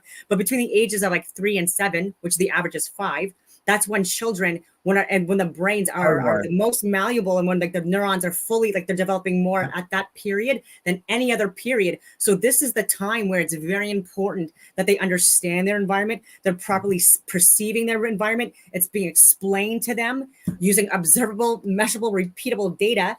And sorry, I keep on going on these tangents, but like it's a very important formulative period. I call it the hardwiring. Yeah. It's where you start getting hardwired into your belief systems. And right off the bat, you're told now, David, you're going to be going to school. And that woman there is your teacher. She's going to make you smart, as if you're not smart already. She's going to teach you things. So you get the impression that this authoritative figure has all the information. And when you're going to receive information from her, she's there to help you. Well, this causes this constant programming. And if you do question it, you're punished, right? Because I didn't learn that the way you told it to me. So you gave me a lesser number or a lesser grade. And this, of course, automatically starts you into this idea of a caste system. Okay. Those that get the A's are actually given better treatment than the ones who don't get as good of grades. Okay. They're not tried to brought up to that level by encouragement. They're brought up to that level or try to bring them to that level through shame. They've even done this with like the dunce cap. But what this ends up causing over years and years of this regimented facility is just getting you ready for this regimented controlled society. And you're being trained to unwarrantedly accept academic orations as truths. academic Bibles as truths. And so on that note, so even within Europe, so this was even pre-World War I, but there were, for example, there were clinics popping up, and what we could perceive or call or understand during this era as a trans movement, right? So within Germany, there was a big push, and the majority of actually all the other remaining countries throughout Europe, they were communist socialist countries during that time, and World War II as well. And this is where there was like a lot more of these pushes, especially in Germany during the earlier years of this communist socialist movement, essentially. And there was an attack on families, all the same stuff we're seeing now that I've been calling out for years. And it's all like using propaganda and symbols like the swastika and things like that. And then we're seeing this now with the MAGA hats and with not the LGB flag. That's a cool flag. I have zero issues with homosexuals at all. I love you all. But like the the one with the groomer stuff, like the triangles, like that's another symbol that's eliciting intense emotional responses in people that see that as a POW flag. You know what I'm talking about? Like, anyways, that right. And so it's not people that care about the LGB flag. It's the other one where it has all the triangles, and that it allows for like people that are maps. I'll call them maps. People understand that, right? Yeah, I understand. So I know what you're talking about. Yeah. Yeah, exactly. And a lot of people don't like that, right? And so now we're seeing like that. Like so then what happened? So Adolf Hitler actually became under power under a socialist government, minority government in the 1930s. And the Nazi party, by the way, was a socialist party, and so national socialist, yeah, national exactly, socialism, yeah. And not he didn't act like a nationalist. Socialism not isn't a good thing unless it's not. It wasn't. No, but okay. So then there was this far right ecclesiastic rulership, right? So then Adolf Hitler was crazy. And so and he was easily malleable. And so even Eva von Braun, she was, by the way, correlated or connected with Werner von Braun, and she was in his circle with him and around him and stuff like that, and his fixer, so to speak, and stuff like that. And so he was not really religious. He was an atheist lying about being religious, and he was getting people within his own party to pretend they were religious, go to all these church areas all over the place, even in other countries, and pretend that they were like religious types and get confessions off of people as spies. And when people were confessing, they were all bringing it back. And so the most crimes against humanity were committed in socialist communist countries like Poland, Hungary, Ukraine, etc. And so these are all things that we're seeing the same things now. And that's why when people overly sell religion, I get scared, just because we've been there in World War II. And there was a huge response, right? Because everyone was just responding to the extremes. And sorry, I'm cutting people off, but it's very important that we just don't get so responsive to symbols and things like that would incite fear. Yeah, I want to point out, though, real quick, that it was not political socialism. It was national socialism, which is just an ideal where you're taking pride. For instance, like this, it was the ideal. He was going beyond his own country, though. Well, only where he was invited.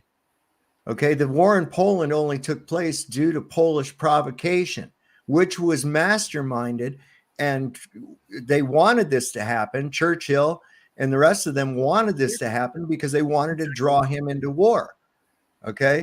Yeah. When he went into Czechoslovakia and the rest of these countries, they were like, in Austria, they were like, dude, we love what you've done over there, man. You guys are prospering. We want that too. We want to be part of you. He didn't march in there and take over and shit. They were like, we want this. And so what National Socialism is a little bit different, because it's not really a governmental thing, whereas it is he was promoting, take pride in your heritage. We are all fellow Germans. If your neighbor needs some help, you should feel obligated to help, because that's your fellow brother German that needs your help. It was a hand up, not a hand out. You understand? Whereas in a socialist system, it's just a handout. Pretty soon, nobody's doing anything. It's all just coming from, like it is now. Welfare. You see? So that's kind of a misconception we've been given over this. And I know, because I've really, over my lifetime, since I was 12 years old, been fascinated as hell with World War II I've history. researched the Holocaust, the geopolitics in the areas, the the leaders who were in charge, all of that stuff. I've looked at all of that stuff. Of course, I was a combat arms officer. Quite a convoluted story what we get What we're given me today is quite a convoluted story from reality. Go ahead, Billy. Let me just say, in school, I think like I agree that there's not a lot of good things. Like, I mean, it can definitely help you condition you to be able to not be late and show up on time. Like, same with the military. It's like it can condition you into the way they like help you to like be able to sustain yourself. Like, they teach you how to survive and productive. Well, they within teach you how to its be, way- but also, but like in school, I think a co-op, like when you in high school, when you get to co-op and you actually get to go to a job where you might be interested in that type of field. Like when I was doing mechanics, there was kids from high school that were doing co-op, and they got to come and learn what we did in the shop. So I felt like that's something good that school does, but they don't necessarily force people to do co-op. But I feel like that might be something where it's actually a good thing in school because it gets them actually ready to work, and like they actually can that's maybe the decide problem. what they want to do. That's the problem, Billy. They're getting these people ready to work. You remember that class that we all took that told us how we could build our own business and how we could how you do that and how you start your own corporation or you start your own small business? Remember that class? Taxes. They didn't give it to you. They didn't give it to you. That class is not. That's right. They want you to be obedient fucking slaves, chained to a clock, slave to a dial. That's exactly what they want. And John D. Rockefeller is quoted as saying, as head of the NEA, I do not want a nation of thinkers. I want a nation of workers. Imagine it was the other way around, how amazing these places would be.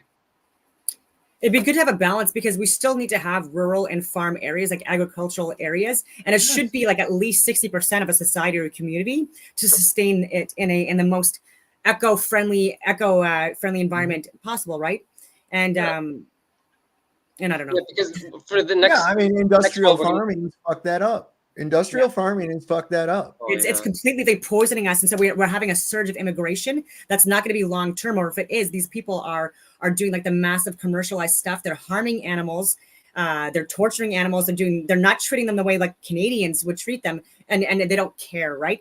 And so they're even spraying with these chemicals and pesticides again within this contained environment, so it's not getting properly, like it's not leaving, right? And so this is also, we need to care about our environment and these things and the impact. And what they're doing is the same thing as they do in China and North Korea. There's going to be people eventually, and I don't want this to happen, but these co-ops and stuff like that, and these communes and these farms, what they call them in China, but where they get sent off when they're in high school and they're forced into working in these places, and it's all operated by government. Anyways, like their governmental like red army. Yeah, thank you. Yeah. And so like we don't want to get to that, right? And so like we absolutely need to have people that are volunteering to get out into rural areas and get back into the farm areas and actually till the land and graze the land, because you also need to have people that actually graze and till and the animals and manage it, because our soil and our grass, this is a solar panel as well. And when it's not properly maintained, if you just leave it, it gets overrun, then there's no carbon dioxide, oxygen exchange or any of that stuff happening because it's closed off or whatever and unable to. And so, and we don't want to get pushed into doing it or getting people here to do things that we wouldn't approve of. And so I'm going on these tangents again. Oh my goodness. But well, so Billy, let's imagine the earth was indeed flat and the leaders are keeping it a secret. What do you think the best way to release it to the public would be so no one is angry? Because I've spoken with people. Some people would be very upset. Is there I don't know if they're like, I mean, I don't know. Certain people are going to react angry either way. I mean, yeah, that's true. That's tough. That's definitely a tough. Like, it depends on how the person is. Like, they might be just someone that's like mad about everything, and then they're like, "Damn, this is just something else I'm going to be mad about." Great point. What about reparations? Should the government pay reparations to everyone? Who's the government? That would be tough. That would be tough because then the taxes would have to be increased more than likely in order for that to happen. Who's the government? I'll be right back. I mean, there's, I mean, it's like, this is the whole thing. Government just is a thing of the mind. Is again, people have given their damn brain to somebody else. You understand? The whole word itself, governomentis, right, means control of the mind. Well, what system do you prefer? Not anarchy, I assume. Like, Well, not, and or is that what you? People have the wrong idea what anarchy. They think anarchy means chaos. It doesn't mean that at all. It just means without rulers. I mean, can you give me a legitimate reason for another man to have authority over you unless you give it to them? And then we have to pay them. Oh, no, I just didn't think I just didn't think that's what you think is the. Yeah, is I the don't. right I thing. don't. So I mean, I question guess I understand authority. now. I don't I have an question idea. authority. I deny its existence. You see, because I mean, it's like, wait a minute, how are you supposedly have power over me? Who? I didn't agree to that. Yeah. I have a suggestion that everyone consider the biblical cosmology model, which would include the 10 Commandments. If our leaders and everyone had it within their heart to follow the 10 Commandments, I don't think we would need to lock our doors at one point. I mean, it would take a while to get there, but Nobody's offering utopia. This is what people seem to think. They think that anarchy is utopia, but the reality of it is you've lived most of your life today, if not all of it, in a state of anarchy. No one was there forcing you to do anything. No one forced you to do anything or prevented you from doing anything that you wanted, except yourself. Okay? So what does it mean to self-rule? If you have the ability to know the difference between right and wrong, and of course, a right is any action that you perform that does not cause loss, injury, or harm. So as long as you live your life without causing loss, injury, or harm to another, then what the hell, right? Do you need to be told not to hurt other people or steal their shit by somebody pointing a gun at you and threatening you? Yeah. I certainly don't. That sounds like an animal to me. I'm not an animal. All right. I realize that my rights stop where your nose starts. And I also have the decency of being a human being to know that, you know, if I was in that guy's shoes, my actions may seem really kind of annoying. I should stop doing that. You know, this is called governing yourself, not relying on an external force to pull your ear every time you start to do something that is considered wrong. Yeah, we witnessed what they would do, what lengths they would go in 2019 government. Mm-hmm. They're not there to help you. But I mean, for crying out loud, are you an animal or are you a man? And when I say man, I'm talking about women as well, because women, the word woman just means man with womb. Okay. We are all the race of man. We are not ethnic. You know, your ethnicity is not your race. In fact, there's another mind conditioner right there. Outside of the context of ethnicity, what does that word mean? Race. What does that mean? It's a competition for first place. So are we seeding in the mind by calling our different ethnicities a race? Are we seeding it in the mind that there's some kind of a competition taking place? I think so. Yeah.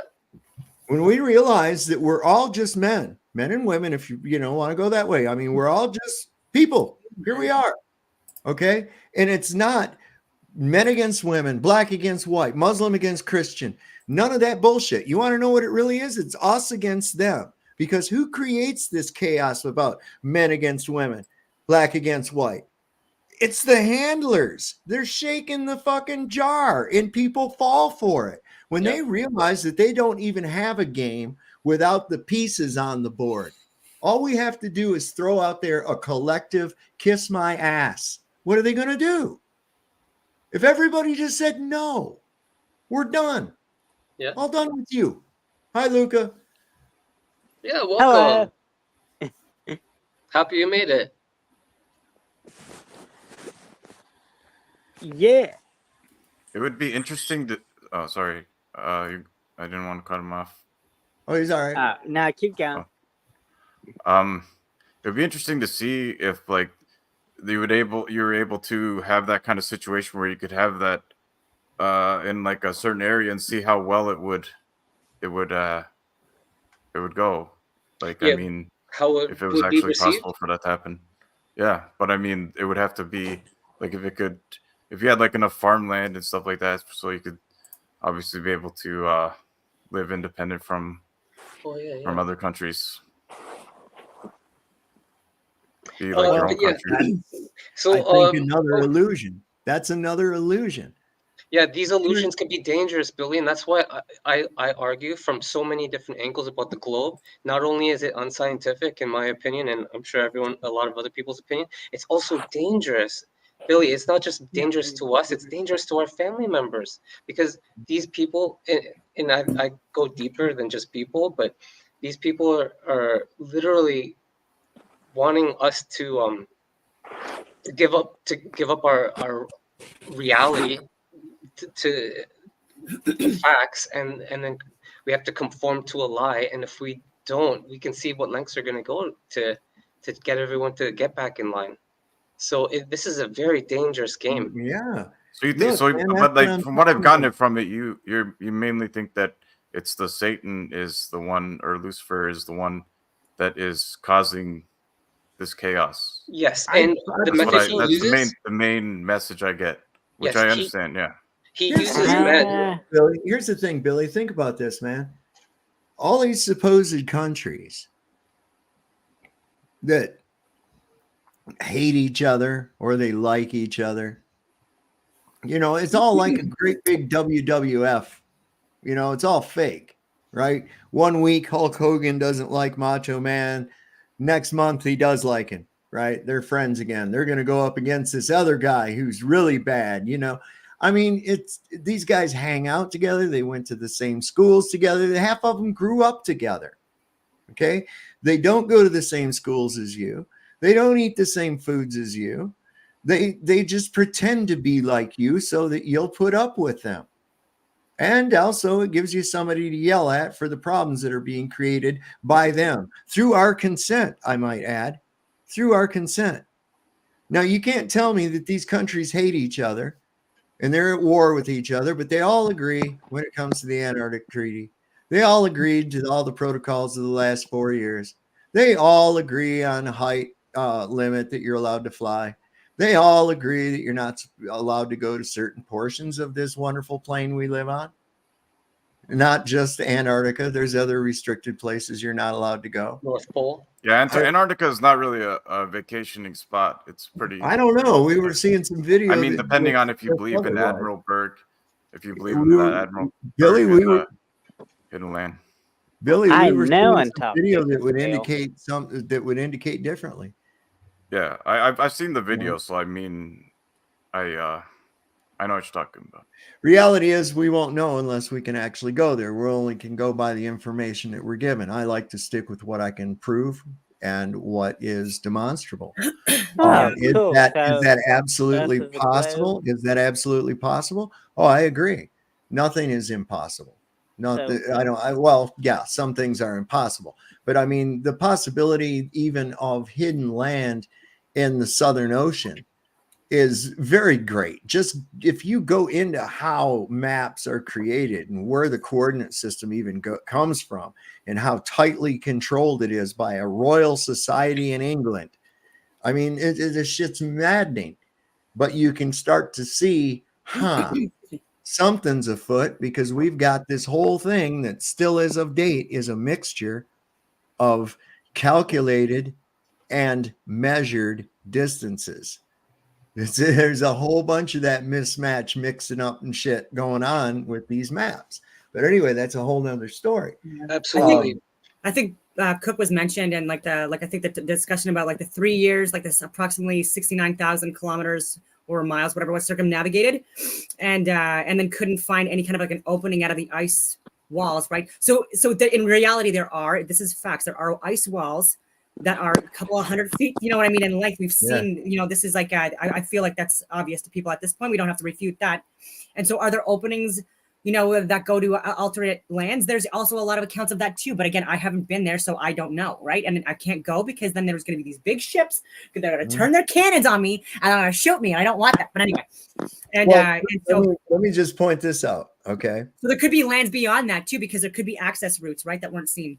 When you look at, for instance, the map or the flag of the UN, every continent is displayed on there with the exception of Antarctica. Now, it's an AE projection map divided up into 33 sectors. Down at the bottom, in place of where Antarctica would be, is this wreath, a wreath of Apollo. Yeah, I know why. Symbol of power. This is a symbol of power. Now, I might also want to point out that the UN has, we know that according to Enoch, the Watchers, they gathered on Mount Hermon, which is at 33 degrees latitude, 33 degrees longitude.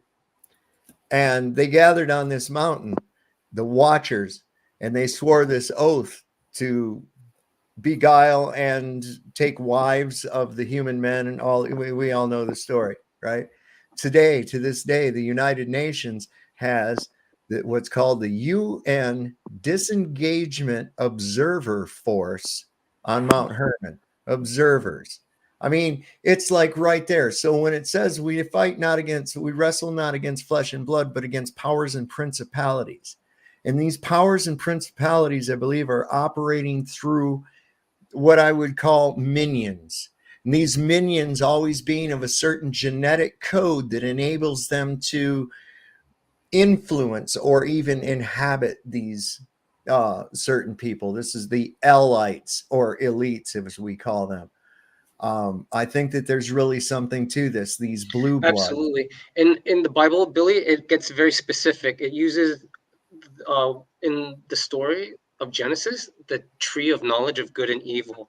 So essentially that represents lies. So if I were to tell you a lie and you allowed me into your property and I had malintent, you see how that's dangerous?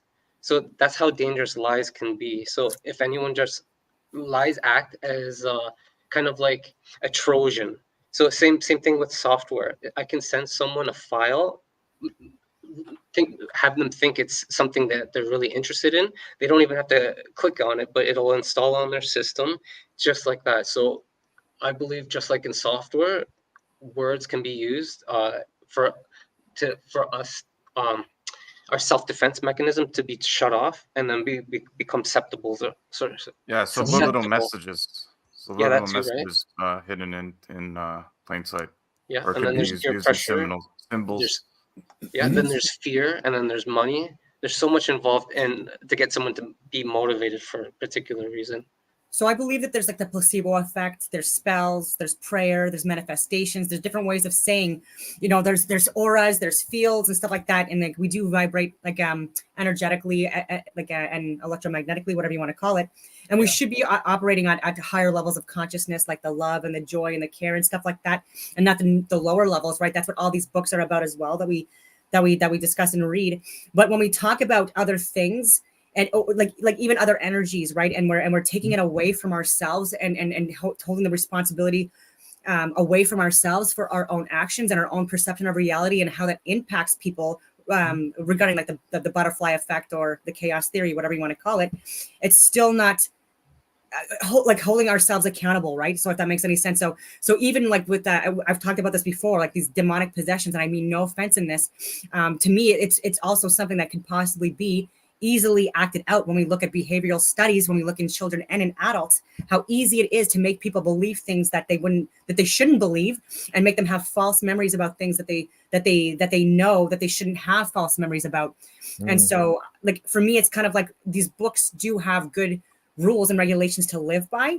Like I've climbed Mount Sinai, and like as the sun was rising and stuff like that. And my grandmother, I love her. She was very religious, and I love and respect her. She's passed away and stuff like that. But for her, I still went to the Vatican. I went to St. Peter's Basilica. I got her rosaries and I got her a Bible, and I was very respectful. And she didn't push it on me, right? And so like that's where we could get along if we're like not to the death, right? And so. And we can respect each other as well, right? And respect each other's beliefs. I do know that there are entities that exist beyond our visible light range on a different frequency. I have interacted with them. And I just haven't That seen that one yet. Some are malevolent, some are benevolent. And you know what's really tricky is you have to really be discerning, because you don't know which is which. And that's where it's your own accountability to make sure that you're not allowing those energies absolutely get in that barrier. So you've actually performed the soul. rituals then? You've done the sovereign rituals? soul. No, I've not even had to. I've not even had to. Like I said, I've said before, like in that pre-show, I've shadowed people my whole life, man. I've seen them walk past me in the hallway. I've seen them walk through my room in the middle of the night. There's definitely a presence that's there, but not there. Other things that I've done, and you have to run it through. You have to run it through the heart. People put too much emphasis on the brain. The heart is where it matters. Absolutely. Yeah, the heart gives us the time, the present. Our heart actually beats like a clock. Even a healthy individual, it beats 60 beats a minute. We give too much importance to the brain and forget about the heart. Don't even realize that the heart has brain cells. There's even been instances where people have received heart transplants. They adopt the skills and abilities and memories of the donor. It was amazing. This guy, I read this story about this guy. He was in for a heart transplant, and while he was waiting for the donor, he was took like their little to kill time doing some art. They had like a little program there in the hospital, and he was just kind of like drawing some pictures and shit like that. And he come back from his surgery, and while he was recovering, he was all of a sudden painting these beautiful seascapes and shit. Well, the parents came to meet him. He didn't know who they were. He recognized them immediately when they walked into the room. He'd never met these people before. And they saw his paintings and they were like, oh my God, I can't believe it. These are exactly like our son used to paint. Amazing. So some really amazing stuff going on with that. There's more to us than we believe in this separation. Once again, this separation from the earth, viewing ourselves as separate from the earth and not of the earth. Not of the world, not of the world. The world's a different thing. The world is run by some kind of an inverted reality monster that has got our entire reality inverted, or trying to make it inverted to what it actually is. Yeah, many people in bondage right now. Yeah. And the worst part, that Mandela effect, man, that Mandela effect in the Isaiah, as soon as I saw that, it took me back to when I was a kid. And I said, how do you know this church isn't the devil's in disguise? That was a great question. I remember that. Yeah. And, and when I saw that wolf lion with the lamb, I was like, oh my God, yes. And at first, my first thought was like Kenneth Copeland and Joel Osteen and these guys like that. But then I'm seeing that regular everyday pastors are denying the very supernatural effects that are happening within their toolbox. It'd be like somebody coming in and swapping out parts of your wrenches for metric from standard and shit, and you don't even notice. No, it's 9mm, still works. Jesus Christ, man, how can you not notice that? That'd be like a moving the altimeter in a cockpit. Well, depending on what you're doing, it's not too bad. But if you're doing like a drain plug on a car, you don't want to use the wrong. Like if it's metric, you want to use metric.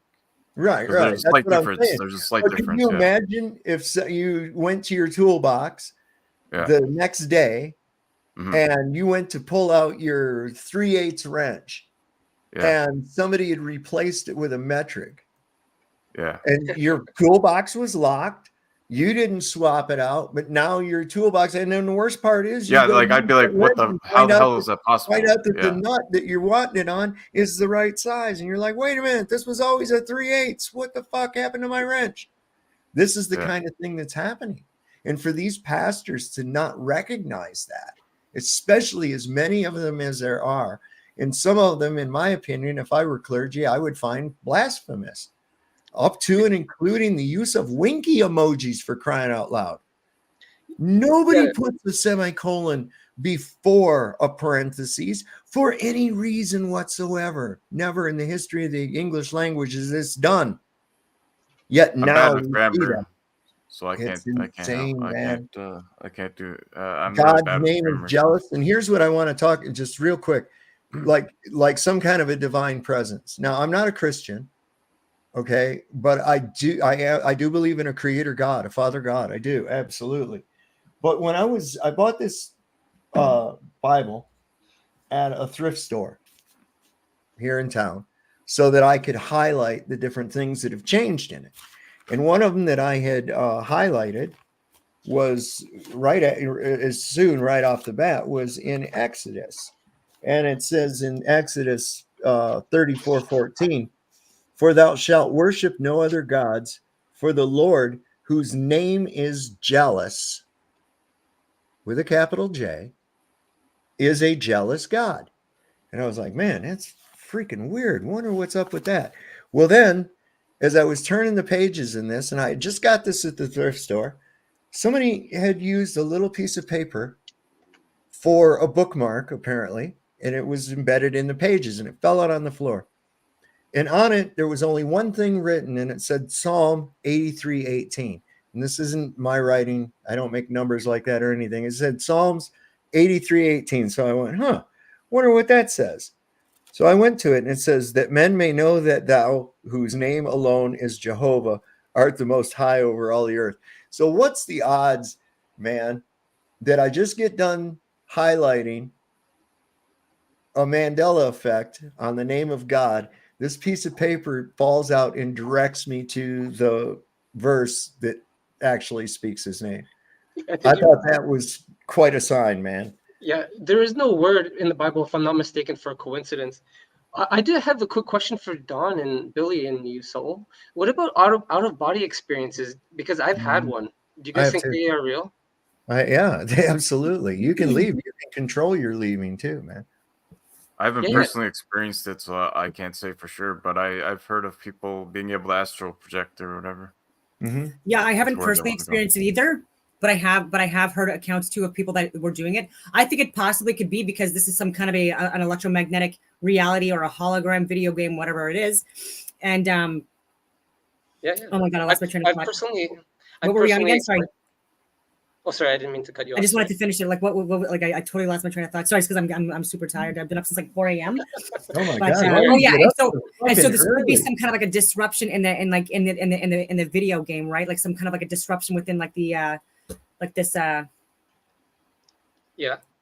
With the avatar, I guess. Yeah. I've personally experienced it. I was leaving my body. I had the urge to go to the city, but then I had the wherewithal to say, no, this is dangerous. So I actually instructed myself to go back into my body. I would go into details in private and personal and not on YouTube, but you got scared. You got scared about finding your way back. I know. I did. Yeah. It was only about like 3 seconds. Yep. But it was pretty interesting. So there's a lot of people that talk about that. Oh, pardon me. Sorry. I mean, it's very compelling to me because there's a lot of people and there's credible sources that do talk about it, right? So it's really hard to refute it. I'm not refuting it. I'm just saying I haven't experienced it like myself. That's all I'm saying about that. But there is a lot out there that would suggest that it's something that happens. And I don't know if this is something necessarily that's just like some kind of like a, but again, it's within this video game, right? So like so anyway. Yeah. It's amazing that we're all open to the possibility of a creator because in my opinion, there is a creator and he has specific rules. And there's people who worship not the creator and they're trying to cover the rules and it's become a danger to us all. And it's so amazing that the flat earth discussion is taking place because in my opinion, this is an axiom. And we mentioned tools earlier, right? So for Christian pastors out there who are saying, oh, evolution is true, the globe is true, I equate it to them maybe not doing enough research and using the creation as a tool, but against the individual that they're sharing the message with, because tools should be used properly. They can either be useful for someone or they can actually damage the whatever it's touching or the like. So The Bible's being used as a tool of control, man. yes, yeah, and perfect example of that is when Satan could no longer hide the Bible. He had to flood the market. For instance, the KJV was released in 1611. So the Catholic Church, it took 7 years for the KJV to be completed, but the Roman Catholic Church released their Bible 1 year before, and it basically flooded the market with The King James false version of the copies. Bible was 1611. Yeah. 1611 for the KJV. I like the Geneva 1560, And but 6 plus even 1 is 7. 7-11, just like Yeah. September 11th. Just like, anyway. yeah, great observation. But Sometimes when yeah. you look at these numbers and even the convenience stores like within the US and who they're owned by with the 7-Eleven and the 117, these are all what I think to be possible universal coding or numbering systems that are used in order to communicate where people won't necessarily understand what you're talking about. And there's key dates that are used and there's key timings and there's key numbers used. Gematria, I'm glad you're aware of it. Billy, have you heard of the Gematria before? I've heard of it, yeah, I guess, but Okay, yeah. I mean, go on. And hi there, Or do you Joe want me to- Cool. Oh no, I was just wondering if Oh, you've no. heard of it. Okay. But yeah, because some people do take it serious. So essentially, numbers are assigned to a letter. So A would be 1. There's different types of gematria. Yeah, like the So- 666 has a relevance or and all, and I understand. Yeah, I understand amazing. where you're going with it. Yeah. But some people think it's 616 though, so there's controversy about that. Interesting things happened in 1666, That's true. which I believe was actually the year 666. There's like 1,000 years been added to our timeline. But anyway, you not only had Newton's theory of gravity, where he was supposedly under an apple tree, which is basically just symbolic of the same story in the Garden of Eden, but you also had this guy named Sabbatai Zveti, okay? And he was this Jewish rabbi that declared himself the Antichrist in 666, or they call it 1666 today. So that's some kind of interesting shit that was going down then. If I'm not mistaken, the year, according to the Chinese lunar calendar, is 4,722. Yeah. If I'm not The mistaken. Hebrew the calendar Jewish as well, calendar- it's like 5,900 and something. Yeah. The Jewish calendar goes by that, and I think that the Muslim calendar is even less. It must be, yeah. The Islamic calendar. So I don't, our time, look, they've lied to you about where you are, who you are, and when you are. I mean, those are like the first 3 questions amnesia people say. Who am I? What year is it? Where am I? Right? So wait, were you talking about Mud Flood Tartarian that we have like missing history? Oh, definitely we have missing history. Oh, 100%. There's a lot of shit that just don't add up. In fact, I've seen some compelling information suggesting that the millennial reign of Christ has already come and gone, and that we are merely the inheritors after that millennial reign. In other words, the rest of the dead, that this is the last chance at redemption before the very end. So that's kind of some cool stuff. I mean, you look at the fall of the Roman Empire. I'm telling you, that didn't take 100 years, man. It didn't fall. I mean, that shit looks like a war. Like there was shit blowed up, man. There's columns blowed loose and shit everywhere. It was obviously evidence of some kind of series of cataclysms, or maybe even one big cataclysm. But you go right after that. I'm trying to remember what year it was that they call it 430 something AD. The worst year in history is what it's known as. I got it written down. Anyway, Can I there show you was angles? Sorry. What's that? Can I quickly show you guys something? Just because we were talking about numbers, and All right, like I just wanted to, because we're talking about wait. 666 and stuff, and I want Right. to like just kind of discuss what it possibly could be alluding to. All Just my right, own interpretation. Let me finish this up real quick. All right, Oh, so yeah. supposedly there was like 3 or 4 volcanoes going off all at the same time around the earth, and this blocked out the sun, which sounds kind of biblical to me, right? And these it caused so there was no crops. It was like dark for a number of years. And of course, this caused famine, pestilence, tribulation, if you will. And supposedly nothing happened for like 1,000 years. There's where they hide this 1,000 years at. So nothing happened. Then all of a sudden, boom, we pop into the Renaissance. Oh my God, look at all this. Now we're making these magnificent works of art and all of this. I don't think that happened. I think that fall of the Roman Empire supposedly was the end of the millennial reign, and the end of the system. And then the millennial reign was actually what was taking place, what we call the Dark Ages. And the mere inheritors, after that 1,000 years was up, found dead some free masonry and repurposed it. Because it's feasible. I was gonna become a Freemason at one point in my life, but then I decided not to. I'm a female, so I can't. I know. I just wanted to present this. I'm so sorry for cutting people off.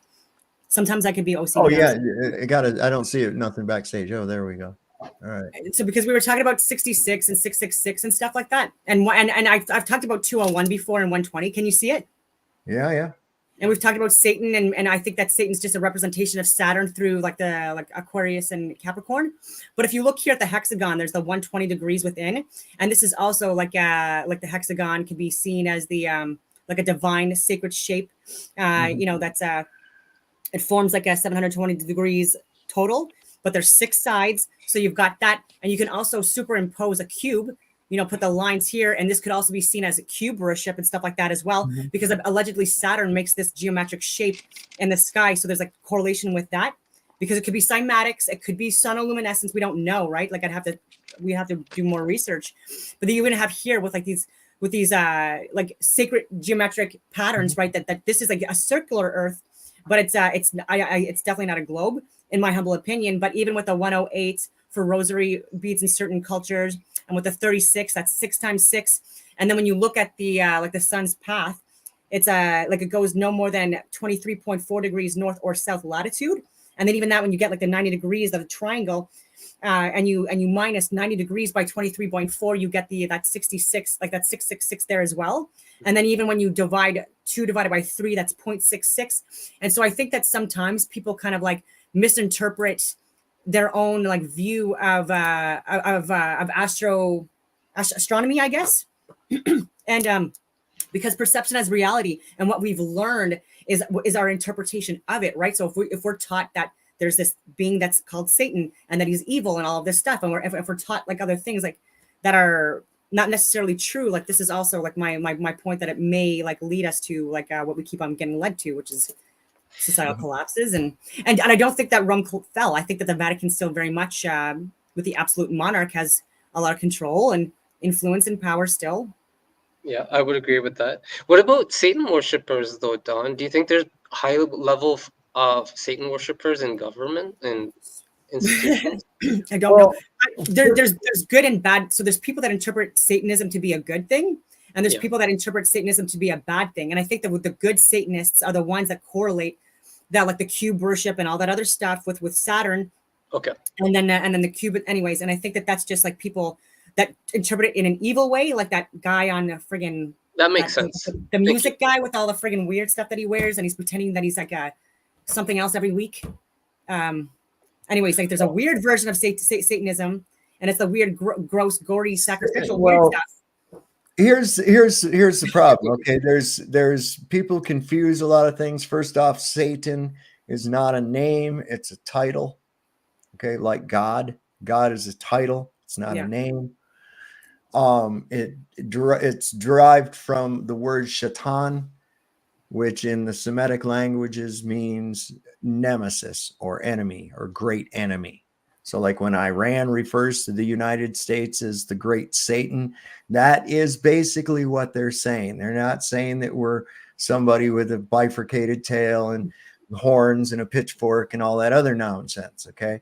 People mistake what demons are with what the shaitan is and what Luciferianism is. Now, a lot of this has been bastardized to where you have these folks, the Crowleyists, who believe in absolute liberty. which is lawless, even by God's law. Okay, it's complete freedom to disobey God's law, and their motto being the whole of the law, the doest thou wilt be the whole of the law. This is not right because it goes against natural law. Natural law, as I stated before, indicates that you cause no loss, injury, or harm to another. Okay. What is a demon? What? Okay, so as I understand it, where are they from? I've been told that they are the disembodied spirits of the Nephilim, who have no place in heaven nor on earth, and are just bound to roam the earth as disembodied spirits. This is why they try to take possession of people if possible. Yeah, that's what that kind of thing. Yeah. So that's what I understand what they are. There are so they'd have to be good guys. There are too. definitely malevolent beings beyond. And they'd have to be good guys that run around trying to get people to do good. Absolutely. I mean, if there's a bad demon, there's a good one as well. Absolutely. So what you have to do, you got to tune your radio to the right frequency. Yeah. I can't expect to hear a good mellow love song if I'm tuned into the death metal channel, right? So I got to be tuned in to the proper channel to receive the benevolence of these light beings. And they love it. They feed off of all these things, feed off of energy, human, psychic, emotional energy. The difference is that the malevolent beings will get you to destroy yourself, like slash and burn technology. And they feed off of the chaos and the misery that's within you and around the people that you influence this way. They love it. But that eventually comes to a demise, whereas the benevolent light beings, as I like to call them, or angels, if you will, as you carry yourself with benevolence and carry yourself with love, then more is provided in your path. You feed it, it feeds you. And likewise with the evil, you feed it, it consumes you. This is why mean people, evil people always look fucking horrible. They always do. They look fucking horrible. And hurt people hurt people. Yep. Yeah. Well stated. Billy, what do you think? Do you think it's possible that what Soul just mentioned is true? Yeah. Amazing. Same here. I think that a lot of things are possible, but unless I can experience it, or if someone can convince me, then I can believe in certain things. Like I'm not like fully against all the conspiracies. Like I do believe in some of them still. So I just I'm not totally against everything. Hey, Billy, one that you believe in. Yeah, I was gonna ask him the same thing. Can you maybe tell I us shouldn't some of talk. the stuff that you do believe in, as opposed to what you don't believe in? Yeah. Do you know where your best source of knowledge comes from? The best source of knowledge comes from within. Okay.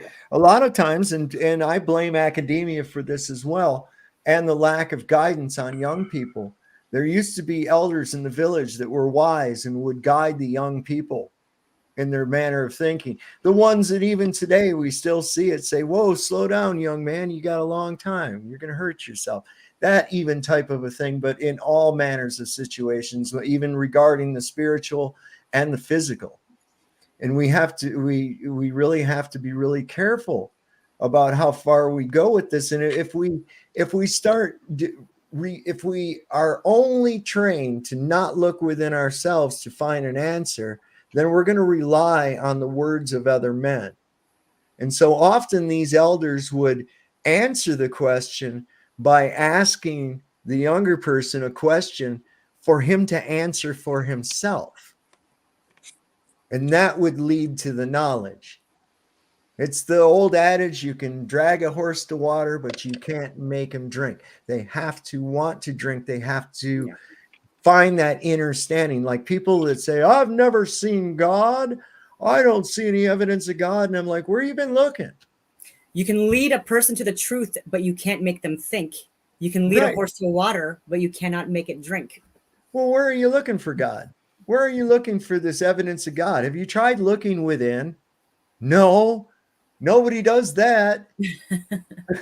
They're It's always out scary here in there. looking. I They're see looking him in Face you all your scary guys. demons. I see him in you guys too, right? I see God, pretty much everything, certainly everybody, man. Yeah. Yeah, we're literally all connected. I agree. I cosmos. believe Oh, that yeah. 1,000%. I've We heard make it- one I've heard whole. it, Yeah, I I've can't heard hurt it- you without hurting myself. exactly. Right. Yo. I've heard it described this way, that it's imagine infinite consciousness experiencing itself from 8 billion perspectives Yeah. at once. Exactly. Fractal universe, whatever you want to call it. Kind of a cool concept, really, but it is true. It is true. This is why when we get together in groups, even though we be all different people, when we start resonating on the same frequency, we start in the same mood, everybody's fucking happy. And if somebody comes in there with a downer mood, it's sort of like, hey man, our orchestra was playing this song and this bozo came in with a banjo twanging and shit. Okay, Right? Sob. You just made me think of something. Let's say we're like at you made me think of a guy on stage and the crowd. They're all feeling the same vibration and you feel it. Everybody's feeling the same exact thing. So there's energy. Agreed. There's energy flowing. Earlier you said that, I think you said something like the spirits or demons seek energy. Now I'm wondering, is that something we do as well as people? Because I know people come to me and they just want energy, bad or good. They need your energy, but I don't know if it's something in them seeking it, or do I attribute that to the person? Everyone. Oh, sorry. I was just gonna say, from a biblical standpoint, practically everyone is eaten from the tree of knowledge of good and evil, and they're under mind control. It's just a matter of how many lies are still in their mind. So some people will have removed more lies than others. Think of it like a credit score. Some people will have a high credit score, some will have a lower credit score, just based on lies. Kind of like you run through a burr patch with a wool sweater on, and you come out the other side, and you're sitting there trying to pull all these burrs loose. That's what you got to do.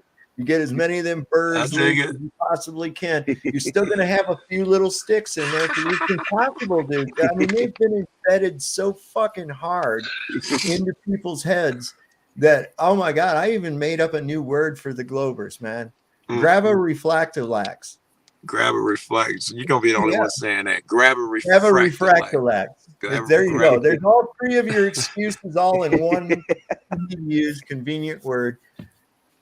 I want to answer the question too. So I believe that we're electrical magnetic beings, and I believe that we can all I think that we all vibrate on different levels based on like life experiences, our own perception of reality. Yes, very good. And I think there's different extremes of emotions, and I also think there's different extremes of like energetic fields that we all encompass and kind of like can correlate with. And I think that we all seek balance or homeostasis, just like this cosmos. I think that we also do that, like we try to find balance with people as well. So if we're further on one extreme with trauma or whatever, or unhealthy, we're going to need the complete opposite of healthy on the other end of the extreme in order to balance that out. And so the less trauma or the less extreme you are on either end, the less extreme you would need to have as a partner or within your community in order to balance things out. So if we're all hurting or we're all dealing with like a low vibration, or if we're all dealing with a lot of misinformation and things like that, that's just disconnecting us from our own perceptions being our own responsibility as well.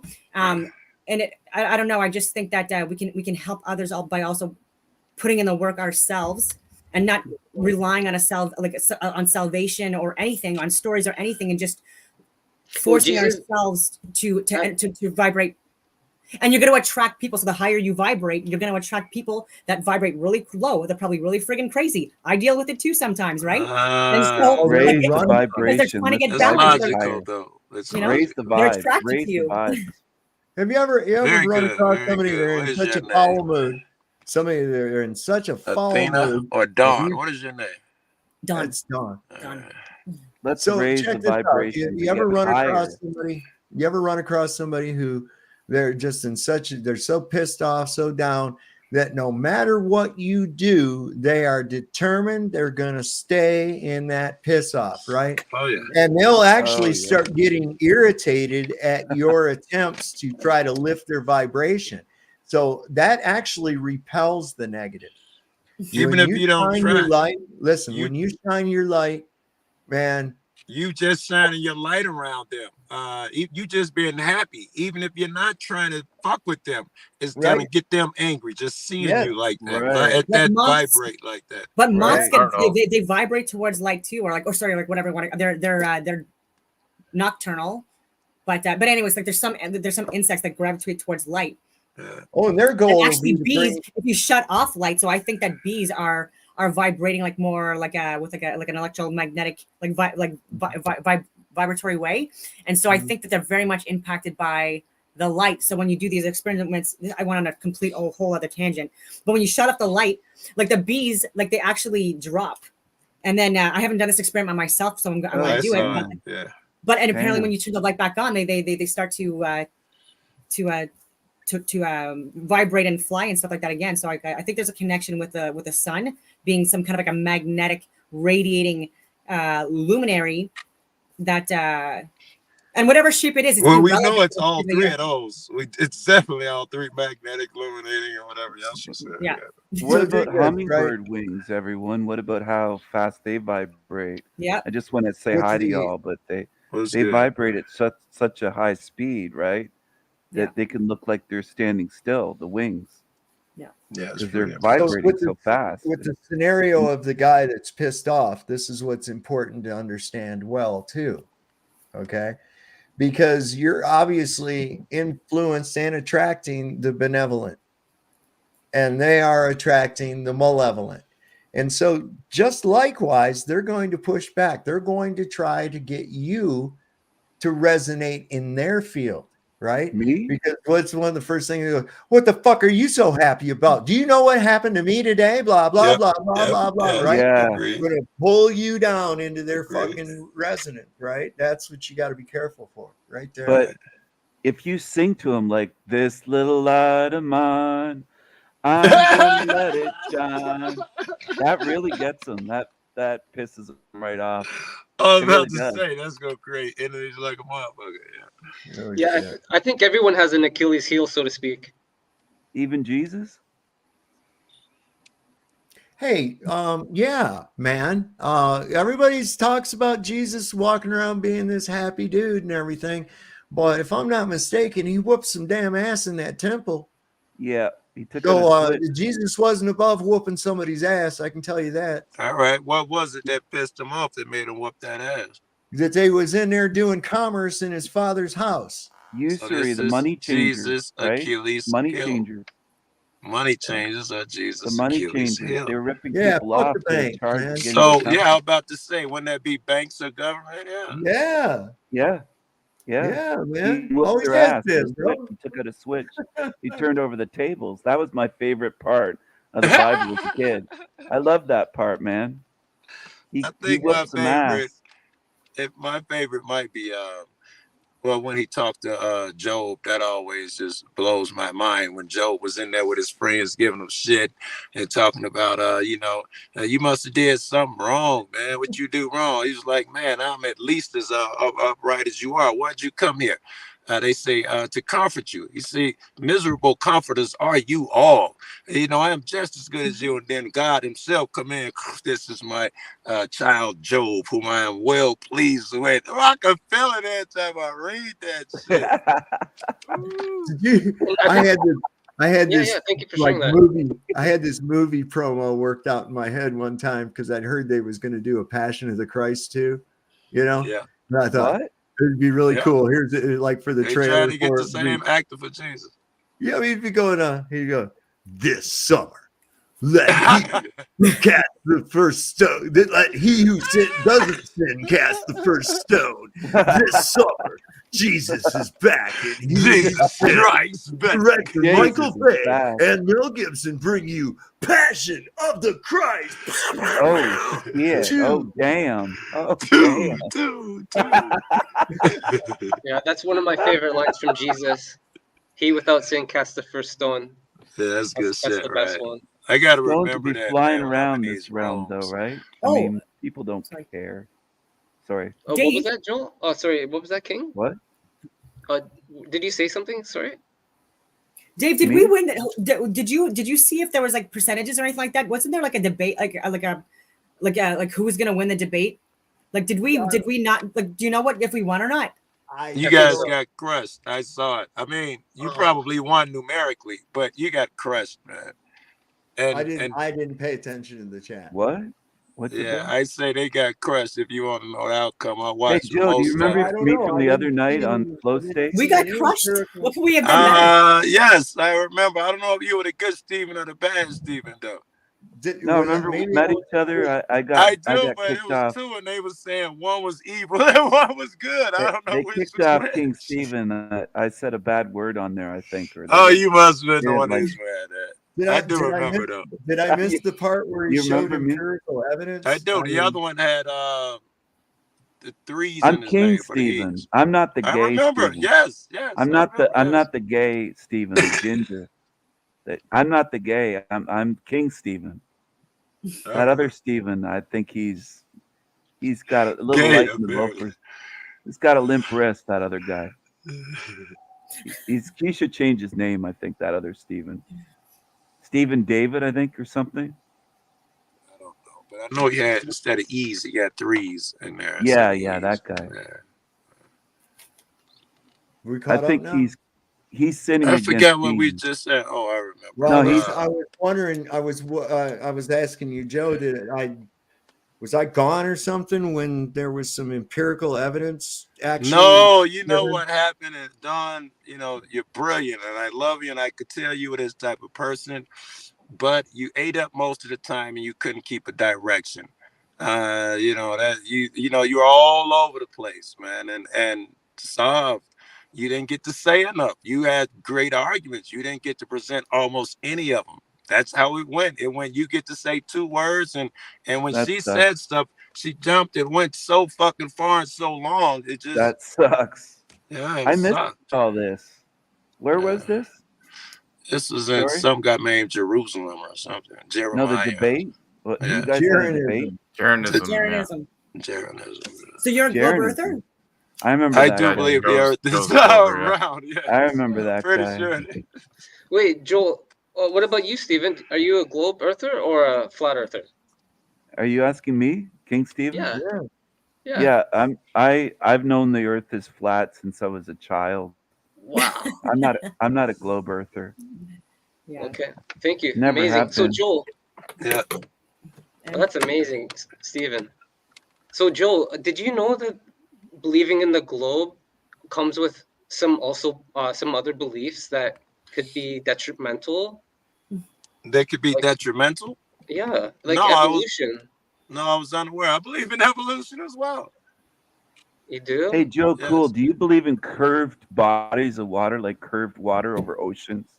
Yes, think it would water have to curved? be 100%. It'd have to be. Yeah. Have you ever observed curved water? Well, I'm tiny, you know, so it'd be You're tough. tiny. It'd be like me asking you, have you ever seen the Ah. entire flat Earth? It's just, Joe said it's too big. That's what she said. yeah. It's too big. You I'm have to go curious higher. about some of these. You have to go higher than we can go. Here, let me get my Unless you- evolution. I don't want to leave that hanging out there. I believe in evolution. If Here's you what go I- high enough, you think you see curved ocean. You believe we Is that come what from you monkeys believe? or sea plankton? I'm about to tell you. I believe evolution, all the primordial goop that man and monkeys and ape all started from. That was the humans. Those were the guys outside of Eden when they got kicked out. And he was like, "Sir, they're gonna kill me." Those were the monkeys that And then he we was came talking. from plankton as well. So we came from amoeba, plankton, all Yeah, that whatever- stuff, all the way whatever up through the story is. species and stuff like Whatever- that. And whatever there's they zero wanted- transitional models ever proven to What? exist. All right, but let me finish anyway, right? And I believe that when they were talking about we're gonna go out and Cain killed Abel, and they was talking about they're gonna kill me if you kick me out. And he was like, "Don't worry, I'll put a mark on your head. No one to kill you." Who are those people outside? I think that was evolution taking place. There are two stories What? in the Bible of creation. I they think that called those- second one was God's people, us, who He breathed life into, and we went out amongst the clowns. That's what I think. They called the Who's brutes, I us? believe. Which people are you God's Joe. kids, Joe. descendants No, I of mean the- Adam. No, I mean Joe. The Certainly one one of they, God's the kids. ones that How'd they you, get I- the the ones races that- then, though? Black The other people, ones I think white. you were saying are like they were called like. So Well, God's that's kids are also amoebas, and so they also God's kids also inhabit souls or something like that. I'm not sure. What was the question? Do amoebas have souls? Yeah. Do dogs? I'm asking you. Yeah. I don't Do- know. do- That's what I asked you. What about dogs? I don't know. Do dogs? Cows? Do you think God so- created different races then? Would you say like European, African, Asian?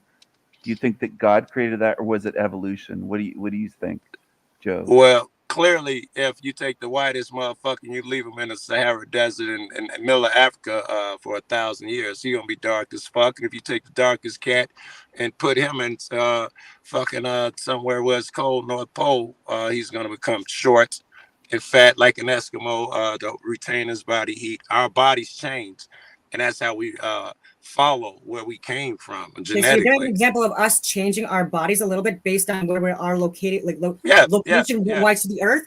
And so you're explaining that to as to how we became from amoeba or chimpanzees to humans. You're saying because when we are in a different location of Earth, depending on where we are in position to the sun, because white light skin has less melanin, so we absorb vitamin D from the sun more efficiently that way, because usually white skinned people or lighter skinned people are in environments that are colder with less access to sun. So since we have shorter periods outside, we need to have that efficiency. And where I think we're saying the same thing. Yeah.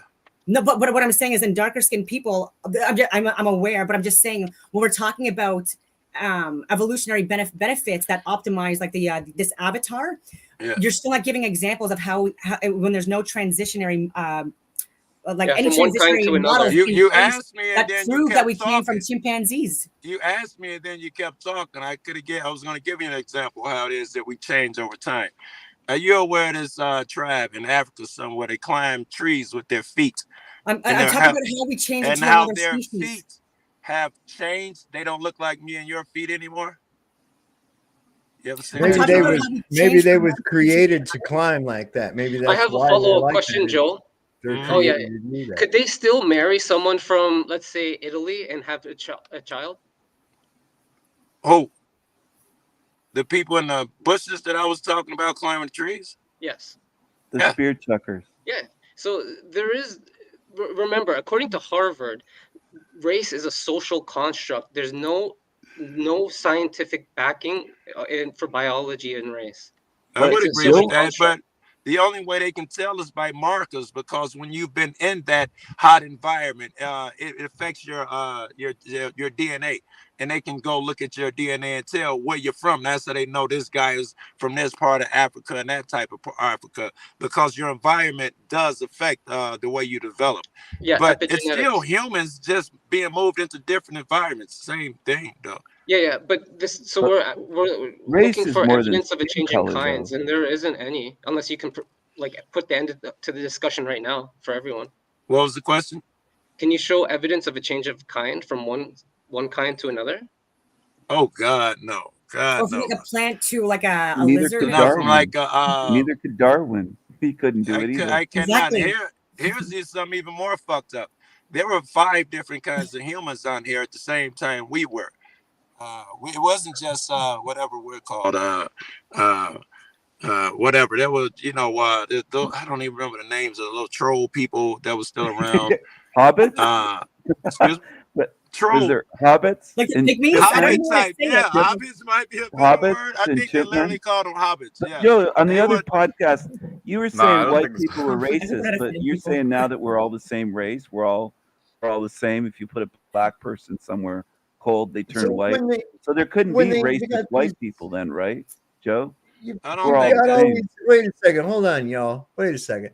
First off, most of these cavemen skulls that they found, in fact, all of them, they've been shown to be hoaxes.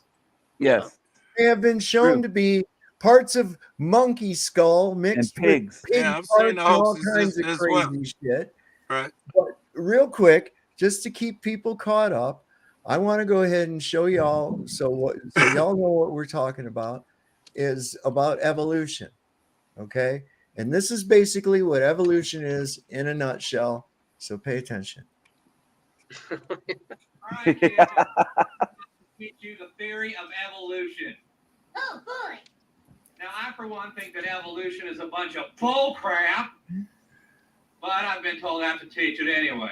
It was thought up by Charles Darwin, and it goes something like this. in the beginning, we were all fish, okay, swimming around in the water. And then one day, a couple of fish had a retard baby, and the retard baby was different, so it got to live. So retard fish goes on to make more retard babies.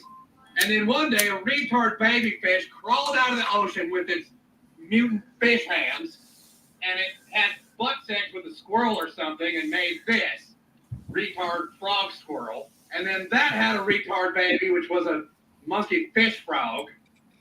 And then this monkey fish frog had butt sex with that monkey, and that monkey had a mutant retard baby that screwed another monkey, and that made you. So there you go.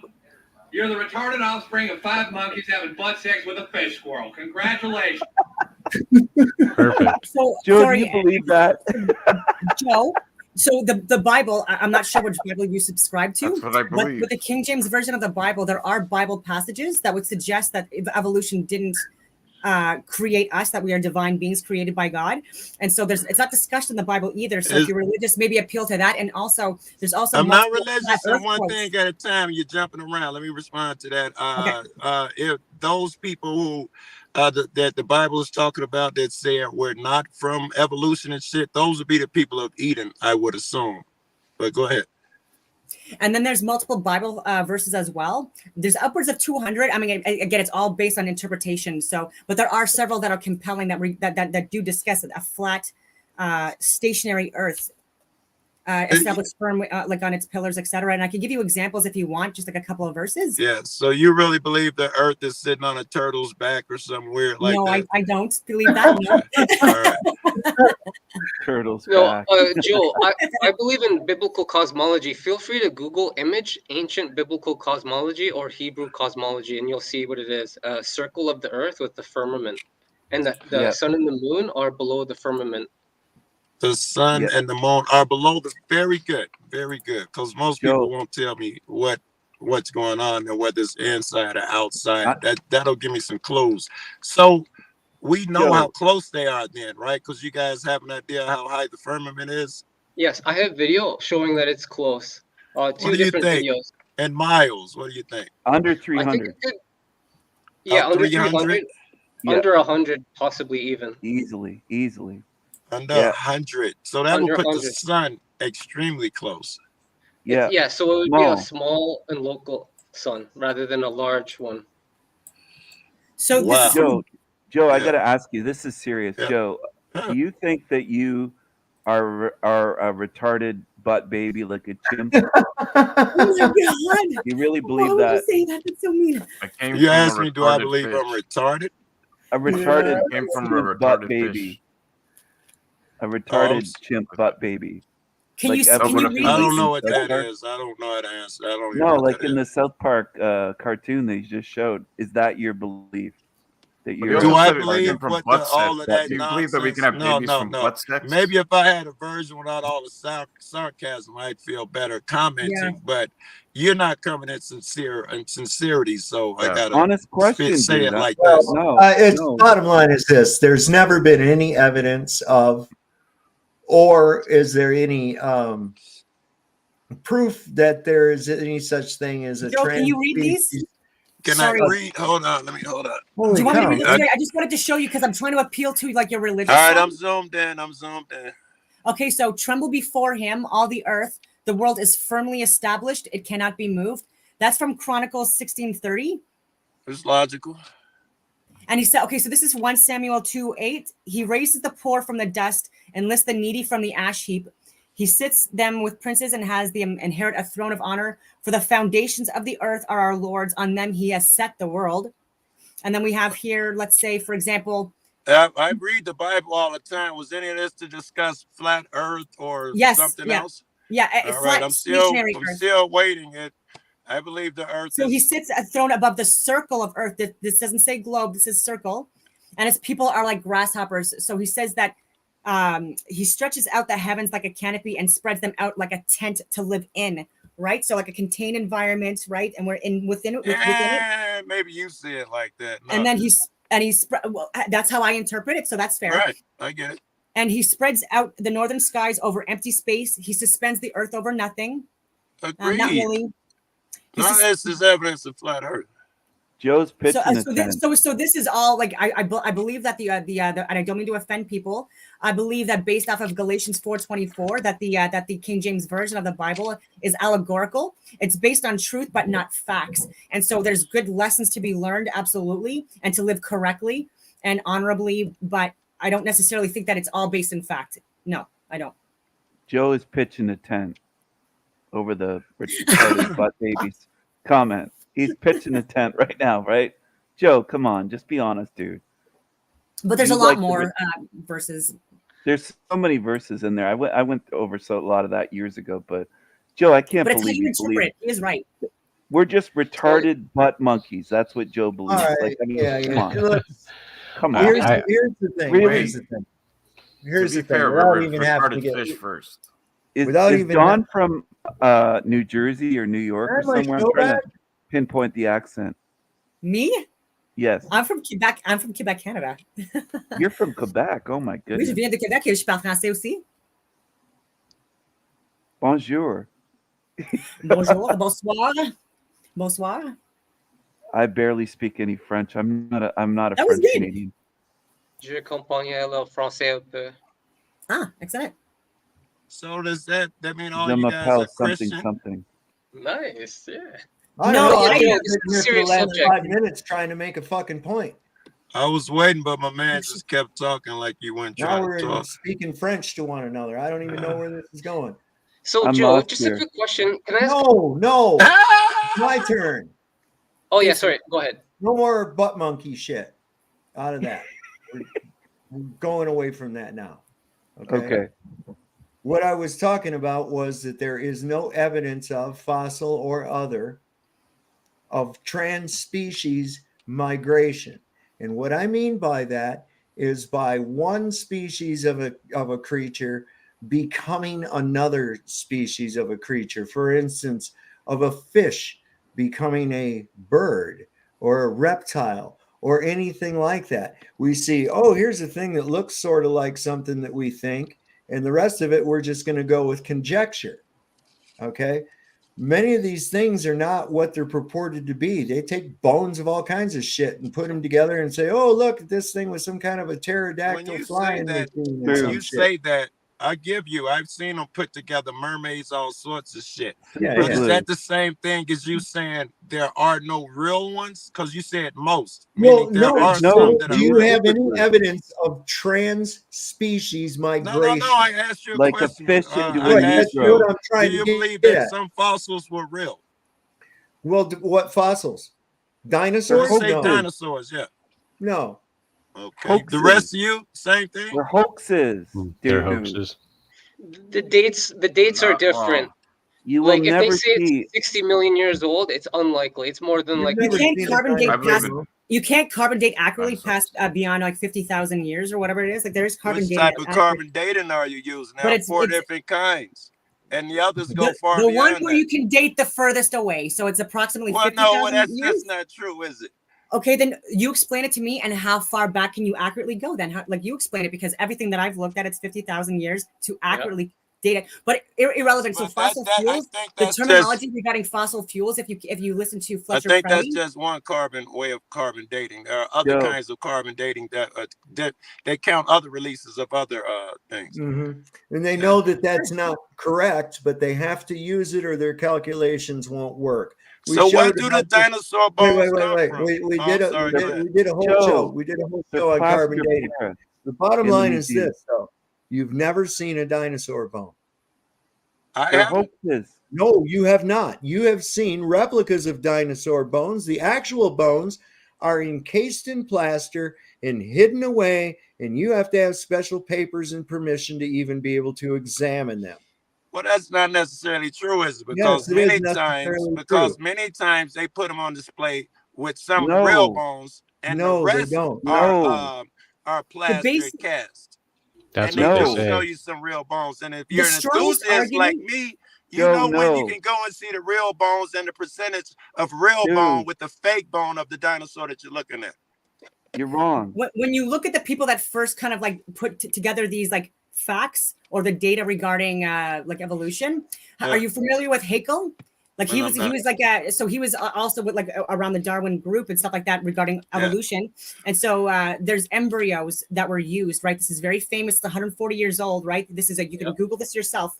So if you don't know this, surprises me, but it's okay.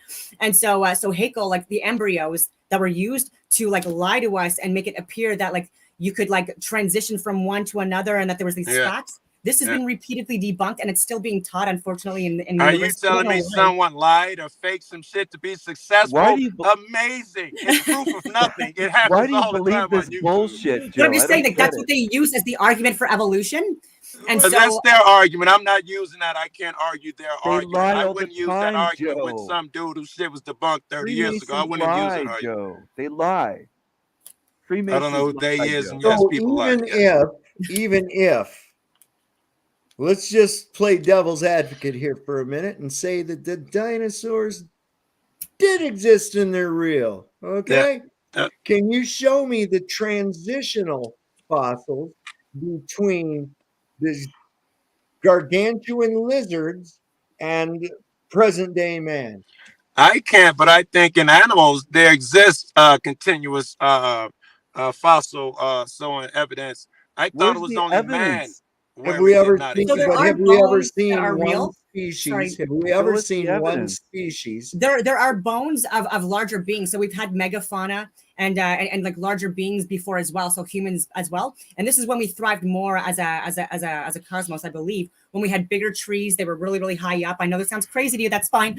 But like advanced civilizations, again, with these larger trees, larger beings and smaller beings, but and more evolved. And so yes, there's absolutely bones or remnants, or could be if they were petrified or in areas where they wouldn't be oxidized or rusted or decayed It's or whatever. logical, yes. And so, like, are they dragons or friggin' dinosaurs? I don't personally think so, because even when we've looked at replicating like rabbits, we've had people try to like assess what that the skeletal remains of a rabbit would look like, and they came up with all these friggin' crazy things like reptiles and friggin'. I and can so give it's you like, an example of how you're right. All the lengths of the dinosaurs that they found, and most of them are incomplete, and Saab is right. They got to fill them in.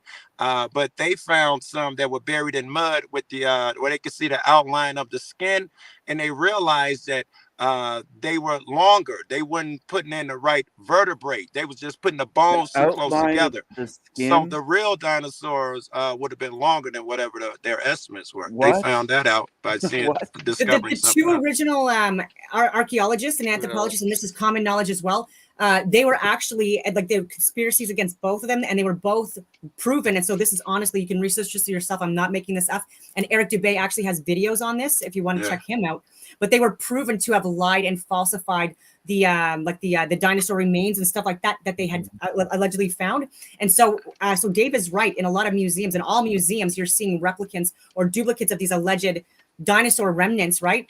And so, but even with fossil fuels, like, and that, like Fletcher Prouty talks Isn't about. that what I just said? That most of the shit that you see there is not really bones.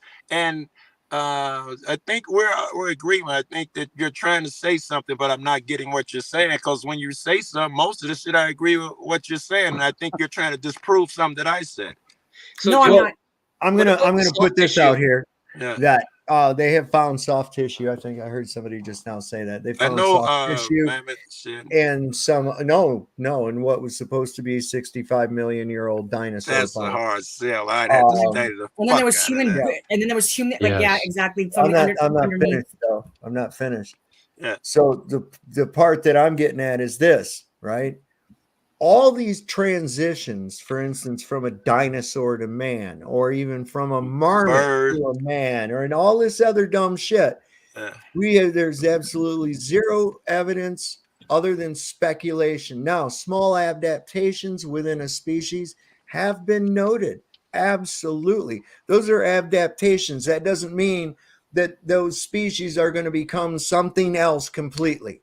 Not even close. No, I heard Everything you and I has been- understand. Saab, Everything I, has been created and designed for its specific purpose within this earth that we're part of. We are True. part of the earth. Okay? We're not separate from it. We are part of this huge living organism. We are supposed to be fulfilling our role here, but we're not. Yeah, it Okay. could be a self-imposed curse we're putting on ourselves by not walking in truth. Well, they Of gave our course it fucking is. brains to somebody else. We gave our fucking brains away to somebody else. Yeah. That's what people have done. They've given their fucking brains away to somebody else, and they don't Joe. stop and think. They rely on someone else to do their goddamn thinking for them, and that's what's sad. Most people do, I Sure. think. Joe, No you one can't does go the down to your math. local KFC and buy Negrosaurus skin or something. I mean, it doesn't work that way. Dinosaur skin. Yeah, I didn't want to. Let's see, he's really not adding anything Thank to Yeah. this at all. He's making every opportunity to try to be as offensive as possible. I didn't want to add to him getting booted. I wanted you to make your own decisions. But the reason he kept asking me, You you didn't remember add who? to it. Do you remember He who did I that to am? himself. Do you remember who I am? Because he got kicked out of the last room for jumping up there saying hardy yar, hardy yar, hardy yar, and he kept getting kicked for saying that. Yeah, So what's I his figured problem? you'd see it yourself, and you. Yeah, I was like, why does he keep Yeah. going Sorry with about this, that. man? What's the fuck is Nah, it? I'm used I'm to it, trying man. to This have is YouTube. I'm trying to have, serious discussions, and he keeps wanting to, oh, what about the monkey butt sex? And shit. I think Like, it's good funny. God, dude. know. I played it to add some comic relief to the show, Yeah. You Everybody's tried, doing it. right? You And you it's was funny. patient as fuck, right? It's funny, especially if you watch that show and you know what Mr. Garrison's all about, man. So it's like, yeah, that's a funny fucking clip, but I That didn't. cracked me We up. don't need to Yes. beat it to death like a dead horse, Yes. Good Yeah. God. This is a very serious topic, Joel. We want you. We don't. Tomorrow's not promised, so we want you to get what we're seeing because we have zero incentive to lie to you. Unlike Do the other you people. do you realize that I'm a smart guy and I study and I feel the same way? I feel like you guys are lacking some things. Many things we agree on. I think most of your shits is assumptions because I'm a globe earther. I can't think. I think most of our shit will align. And I want you to realize that I think the same thing of you and everyone else I talk to.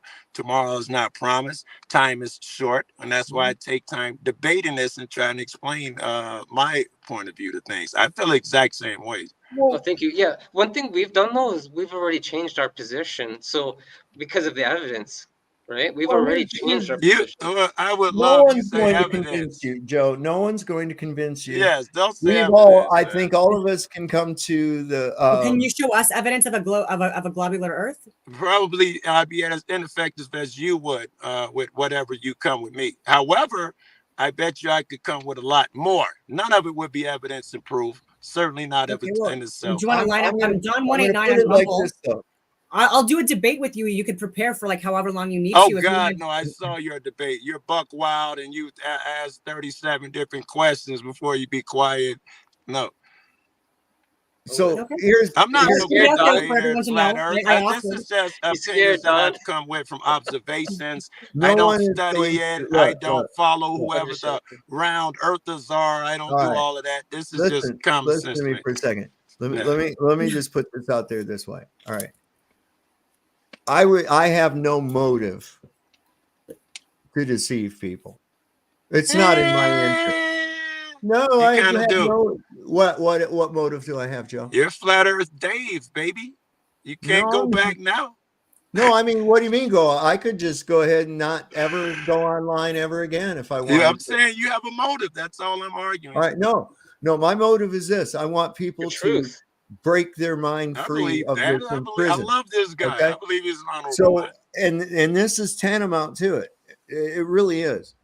And what I'm trying to get through to people is this: you gave your brains away to somebody, and you let them fill it with fucking nonsense. He's not You going to really understand did. that, Dave. Wait, he And- said people. He's not talking to me. He just said no, me. I think he's people in talking to general. his It was done audience to or all of something. us. It was done to all of us. He's talking to the No globe one- earther. No one can make you a I'm right flat here. You earther. can talk to me Listen, now. You ain't got to speak in generalities. no one can make you believe flat earth. That comes from within. You'll know it. You'll realize it is what happens. You realize it. No one made me a flat earther at all. I realized it. Okay. And so that comes from yourself. I would The say idea the of people same saying, well, argument. prove this to me or make me believe in flat earth. It's like, no, that's not my purpose. I'm not here to make you believe anything. I'm here to make you stop believing other men. I want you I to don't, I'm stop not sure that's believing the other thing I men. do. I Would you started off debate as Dave a flat Weiss? earther, thinking the maps were real and the globes are wrong. That's where I started from. And I came to the round earth conclusion. Do you understand why maps are wrong? All of them? Yes, Why? because the earth is round.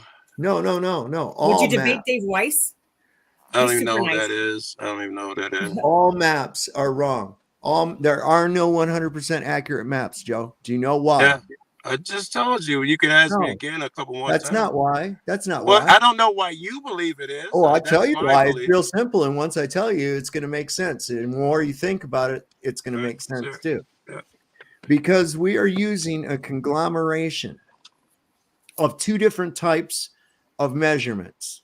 One is an actual measurement. We call those statute miles. The other one is called a nautical mile, and it's based on an observation. This gets even more difficult when you're in the South.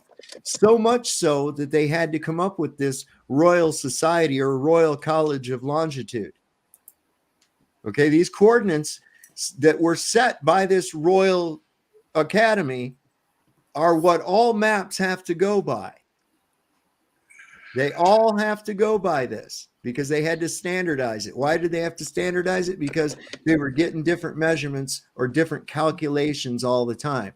So when you have a mixture of calculations along with physical measurements, I'm pretty sure I don't have to tell anybody that knows machine work that that's not a good idea.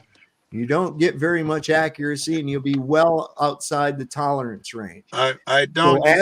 So as I've looked at this, I've realized that it would have been it's very, very easy to hide land even within our own known world. I think it was just near Japan or something. They just discovered like 1,000 islands nobody knew about, and Japan claimed them. It's like, where the fuck did these things come from, right? No, I hadn't heard that. Can you explain how we have gas pressure without this? Anyways, without a contained environment? Can you explain why water seeks level? Yes, it's Or why not it doesn't- difficult. Sticks on a If ground? there was this theoretical thing called gravity and it pulled down on stuff, it would pull down on enough gases and air to hold enough near the earth. There is your containment part. And the second part was, I forget, what was the second part? Where's your sources? Who, where's this from? It's theoretical. Gravity, no one's found a graviton particle. But Well, it's mine. Here's the problem with gases. You don't even know the name. I can't name everything I come up with. I come up with You're so 87 smart. theories a day. I don't name them all. The only way It's that a mine. I gas, haven't named it. the only way that a gas can actually have any weight is when it's in a contained volume. So you say. That's the only way to have a volume of Until- gas is to have it Okay. in a contained volume, Okay. right? That's No. it. And as soon as you have it contained, it's in disequilibrium because of the free expansion of gas, elastic collisions. Okay, now it's If got gas something expands freely, restraining it. It's why restraining. why is there low pressure high? Why doesn't the gas down here just fill up that space up there like gas would do? Are you able to make fill an up your equilibrium? propane tank without the tank? You have No, I just asked Saab a question. Are I you think- able to fill up your propane tank without the tank? Is this an answer to my question? I'll indulge you if it is. I've got it. If you want to My hear question was, why about doesn't the it, gas, to you. if it finds its equilibrium, why is the pressure so high down here? Why doesn't Okay. it go to where the pressure is lower, which is are you what ready? gas does? I already discussed that, so you wouldn't even listen to what I was talking about. So it's fine. I was talking about electricity. I was talking about magnetism. I was talking about temperature and pressure, etc. Well, And, rather than be smart about it, you could take the opportunity. I'm in front of you now, and you could explain to me why doesn't it? Because of electricity. I'm here now. Tell me. Oh my God. So I maybe have it's difficult to explain or something.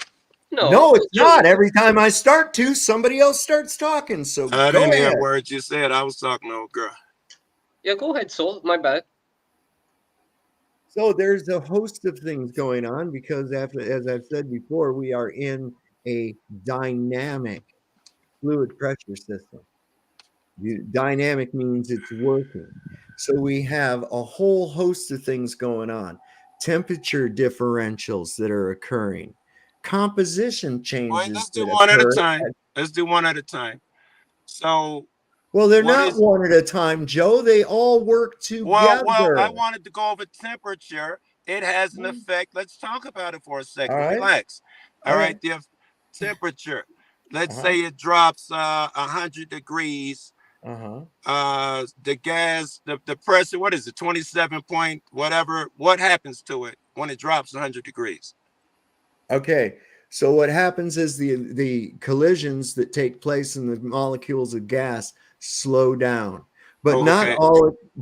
all at the same rate. Not I'm all aware at of. the same. I'm sorry. Okay. I'm aware of that So part. I meant how low different does the dens- pressure drop at 100 degrees? All right. That's so you what I got to should let have me asked. finish. You got to let me Yeah, finish. apparently the I asked the answer. wrong question. All right. So How long how low does the pressure drop when the temperature drops 100 degrees? So I can have Okay, some in my so- head to go off of. all right. So what, you want a number or something? I don't know. Yes. Go on the gas pressure fucking website and find out. Well, I don't know. can know when it's in Chicago it's 27.9, and when it drops 100 degrees, it's still 27.9. What do you have? So What do it you must have? be very tiny, right? What? It must be No, very it's tiny. not very tiny. 100 degrees temperature variation. Have you ever felt that? Have you ever gone from like positive plus 40 degrees to minus 40 degrees? I have not felt the 100 degree, but I don't think this is the argument or the limb you want to Well, go that's off. because go you're out not. on. You're taking it completely out of context. You're trying to use just one.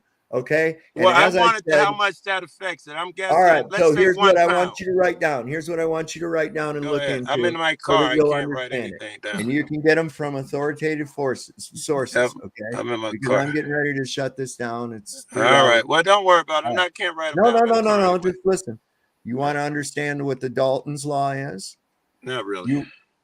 Okay, well then you're not interested. You want to keep believing your nonsense. So then why were you Right. making me waste my breath? Yeah. I You didn't asked make for you a do fucking that. I asked. answer. That was a You asked question for on a the fucking table, answer, and you asked Joe. about You Dalton's asked law. for a fucking answer. I tell you where to find it, and I've tried to explain it to you, but you want to just go one at a time, and it's not one at a time. These things are all working together at different different heard that. I variables agree. all the Yes, time. that's It's- obvious and logical. right. Okay. Yes. So, when we get up higher, of course, due to Dalton's law, we have lower pressures. This occurs because the composition has changed. Okay. What composition? The It composition of gets the gases. colder the higher up you go as well. Holy shit. Why did they change? Why didn't they go up to fill the vacuum? Temperature. When it's cold here, they Respiration. still fill the vacuum. Holy shit, Joe. It's because So, you're for thinking example, with one temperature fucking change- factor at a time. You're not applying all of the factors. You're the one that said temperature was the one reason. You ain't say a I bunch. You never said there was one temperature. reason, numbskull. I We said know there was, temperature only affects this much. I We've said established there's that. Give me a better one. Joe, I said there are a host of variables But affecting give me one that. that affects I it big. gave We you know one and you temperature just barely you affects don't it. get it. I Because gave you one and all you in and want out to the do is yell still about it. 27.9. All right. So if you're not willing to even look into these gas laws, then I'm not even going to entertain your question. It's right, I don't, you wouldn't understand it if I told it to you. Teachability index, Joel. There's Teachability index. Yeah. 1 to 10 willingness to learn, 1 to 10 willingness to change. This is a business tool. I get that, right? But I don't think that Sav is giving me the most sincere answer. He's giving me the one he knows That's best. because you want a one let me fucking finish. trick pony. I You think want I have one answer. established. No, Joe, you want he one. want an answer. I'll give it to you later. Sav won't let me answer you. I think that we have established temperature is the smallest. You're not letting us give you more examples. You're not even letting us give you more Has the examples. smallest Which effect keeps- on when you there. heat So I up don't an want to area, debate like let's say a temperature. stack It's or not a that I bag, don't want to when you learn. heat it up Temperature long is the enough, wrong it argument. Okay, expands, Joe, it raises, Joe, it lifts. Jeez. That has Stop. nothing to do with gravity and everything to do with temperature and like this is what I mean. You don't. We didn't hear what you said, babe. We was all talking. No, I know All right, because you let- don't let us talk to give you examples. No, Even you if- interrupted me. I was talking. I noticed that You're as well. just Don. talking nothing though. All right. Good night, so everyone. Not for you to because I just can't decide stand and it. interrupt me. That's rude. as I was trying to say, Joe, you're trying to pin it on one fucking thing. Do you know what Bozeman's constant is? I do not, and I want to. Then shut the fuck up All right, about I'll you listen to knowing Bozeman's temperature. Then constant. shut up about you knowing what temperature does to gases. I don't want to okay? know about temperature. I told you Well, that. then shut up. Give me What the the other fuck? You things. ask You a said a question, lot's at play. You What are the ask other a question, things? and when the answer is given to you, you don't want to hear it. I'm No, I giving moved you- on from temperature. We talked about temperature. Give me the other Okay. stuff. What will that also affect? Will that affect Dalton's law? I told you I don't even know what Dalton's law is. Then why are you even discussing air pressure? Wait, unless I know Dalton's law, I shouldn't discuss air pressure. Holy shit, Joe. Do you know what a dynamic system is? Holy shit. Answer Do a you question. know what dynamic means? Answer a question. No, I'm going to shut the stream down here in a Go minute. ahead. I answered your question. No, I just Yes. asked you. You said I No. can't speak about that shit unless I know what Wait a Dalton's law second. is. How No can one you- can speak about air Joe, pressure unless they know how Dalton's can law. you- That's false. None of your How can you even have a discussion on gas pressure if you do not know basic gas laws? I just explained it, man. You weren't listening, you're man. done. I think it's If you don't know basic gas laws, how can you discuss gas law dynamics? I've tried to answer twice and you've cut me off both times. You're just excited or something. No, it's just you keep wanting to pin it into one thing. You don't understand what dynamic means. You don't understand what the phrase a host of variables involved means. Right. Because you want to stop on one variable. No, and you're argue stuck. the fucking stuck shit on out of it temperature. when I'm you don't begging you know to go on anything other about it. variables. I'm begging you to go on other variables. You want to state something about temperature. I've tried now 7 times, Joe, and you don't. You're like talking to a fucking brick wall. Everybody out here listening, I'm begging you to stop talking No, about they temperature can't and go on listen something because else, you're and busy. you will talking not. Your fucking because you're too busy running your face. You could do it now. I'll be quiet. No, I'm shutting down the stream now, Joe. You A keep little bit saying late. that. Okay, I'm okay. Joe. with A that little too. bit It was late for nice. you to be quiet now. Joe, it's A little bit too complicated and late. it takes a long time to be patient enough to sit through and listen to all the You facets. can say that and not be rude.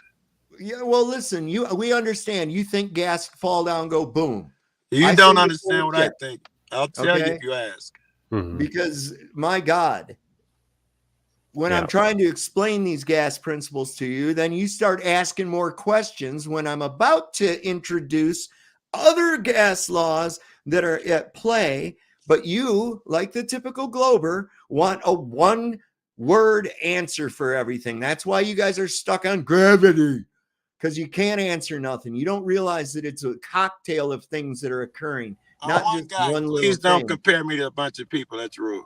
Well, no, it is exactly that. You are a bunch of I people. can't because fight this their is how- arguments. This I'm is not the there when problem. they're This is the problem. It's a thinking problem. You're fighting a bunch of arguments with people who aren't even here. You can Yeah, go but on to other It's things. a I'll be thinking quiet. problem, Joe, and you're not unique in it. Yeah, Joe, we have to break the cycle of interruption and just listen to the host as much as possible. But thanks for being here. But thank Yeah. you, Soul, as well. And thanks, Billy, and good to see you no longer on the ball. Yeah, nice talking to you. Oh, thank you. Right on. Likewise. I was All like, right. are you saying that I'm no longer on the ball? Oh, I'm back to the flat earth, I guess. Yeah, Uh, well, that's Oh, his nice. The way you screen said name. that. That's his screen name. I know the way you said it though. I was like, oh shit. I was like, Joel I think does I'm the back. True Earth Wiki. Put that link down there one time for us, Joel. And Okay. I was gonna, I'm getting ready to sign off, Harlow. I'm not bringing nobody new on here. I've been fucking doing this since 5:30 or earlier than that. I was on Flat Sales earlier, hell. so I'm gonna Thanks pump for it down. Taking Back Eden. You got any last words for the crew? Oh yeah, everyone listening, if you get an opportunity, please take the chance to learn the 10 Commandments. Tomorrow's not promised, in the parables of Jesus. And thank you for listening, and I hope you all have a great evening. Easy, bro. Thank you, Soul. Right on, guys. Billy. Yeah, thanks for having me on again, and good job on the debate. Even though I don't agree on Right. what you had to say, but I mean, at the same time, at Right least on, man. you have the like. I don't have the courage to debate people, so I can't really say that I can prove to you anything. I just can have beliefs that Sure. I can have some evidence, but it's definitely not like yeah, you guys let me talk when I appreciate you letting me talk, so and ask me questions. Mhm. And I hope everybody have a good night. Thanks for having me on. Right on, bro. Take care, Billy. Joe, you got anything Good. for us? Yes, it was great Brief. talking about the other things, religion, and how we're all one and stuff like that. You know, that was great. I love talking about flat Earth. You know, I could do that endlessly, but it was refreshing doing the other thing too. I really urge you to look into some of these gas laws because it's very Well, interesting. give me one or two. I'll do it right now. Well, look up the Bozeman's constant and Dalton's. Dalton's law. In fact, here's a link to a whole page of gas laws. You'll note that none of them use gravity. None of them. I'll put it over here in the private chat, and I'll put it in the. And that's right from an academic source. I'm too. gonna access it. When I do, it's gonna take me away from here. So right. You guys be easy. All right, man. Joel, what do you got for us before we go? No longer on the ball. Sorry, yeah, I was on mute because I was trying to grab your link and save that here. Yeah, no, I just hooked up. Was hoping to say, while Don was still on, you guys did great on the debate today on Jeranism. Kudos to you. Kudos to everybody, really. Even what's his name, FTFE and Ozian, they controlled themselves really nice. Ozian's usually always cool, but FTFE, he controlled himself much better than usual. He had to. Yeah, no, and it was fantastic. So kudos to Jaren on that one. He's honing his debates down to a little more bearable, less headache causing, which is awesome. But yeah, the two of you did really good. It was cool getting to hear Dawn. I've never heard her go, before, so that was cool. She left us here. I don't know where she went to. Yeah, I think Joe made her uncool. She said she was tired though too. 'Cause she was up since like you're tired too. So yeah, everybody's tired. Oh yeah, I'm about ready to pop off here and just kick back and hang with my dogs. My dogs are all jealous because I've been sitting here like all day at this fucking computer, and poor little things. They need daddy to hang with them for a little bit, you know. So through most of your stream here, your after debate show, I actually went over to Matters Now, and I went on their channel for a while, and I talked to Max and Ozian there for a while. There, it was pretty cool. I like Max. I like Ozian pretty well too. You know, I mean, we got differences in ideas and whatnot, but and prior to that going live, we were backstage, and I was having a good time talking to Ozian. I really was. I was having a good time. I said, man, I want to chat with you some more, man. Yeah. All kinds of that's cool. And so I was, talking on his show for probably half hour or more, maybe an hour. And, I remained untriggered, which is good. So I'm getting better at it. But yeah, it was cool. He was like, hey, any flat earthers want to debate me sometime, let me know. And I was like, man, I'm thinking about it, but I'm not much of a debater, but in a way I'm getting a little less triggered, a little better at it. Maybe I will. And if I do, I'll definitely hit Ozian up. He's pretty chill. I got to get it through people what dynamic means. They have to understand, for instance, your automobile is a great example of a dynamic working system, right? It's got a transmission. It's got all these little systems that are all working together within it. Even an air conditioning system, for crying out loud, and music too. Why not? But all of these things working together with one another. It's all part of a dynamic system. So it isn't any one thing. Is it just the piston going up and down that makes the car go forward? No. It's that piston going up and down in conjunction with a thing called a crankshaft. But is that all there is to it? No. We had to have some fuel in there to get this cylinder to move and to get this crankshaft to turn. And we had to have a way to keep it cool. And we had to, it's a dynamic system. That's why when one little thing goes wrong with it, other things start going wrong with it. You have to take care of it. And so just like that, this dynamic system works the same way. It's not just one thing all the time. These people all the time, it's this one cause. No, it's not. There's several things working together. It's quite brilliant. And when you realize how brilliant of a creation this really is, Oh yeah. especially when it comes to those intricacies, my goodness. Yeah, I like to say last time I put a firecracker up a frog's ass and made it blow up, it didn't make something beautiful. No. You know? No. Well, but, you know, not that I ever did that, but just, you know, you can't make something beautiful from chaos. It just doesn't happen. That's In my experience with explosions, it seems that every portion of the object exploding or having an unscheduled sudden disassembly radiates from the epicenter of that. And the pieces start becoming further and further apart from one another as they radiate away from the epicenter of that explosion. And I have to wonder, how in the hell do things come together from an explosion? That sounds like more of a big bong theory than a big bang theory, but hey. Yeah, like oxymoronic in a way. It is. Well, the whole thing is Luciferian inversion of reality. Yes. Giant sun, tiny earth. Globe earth. I mean, all of this stuff is like an inversion of reality. Yes. Yeah. Far away and impossible to reach. It's right there. Definitely. I can go deep into the details. Yeah. Yeah.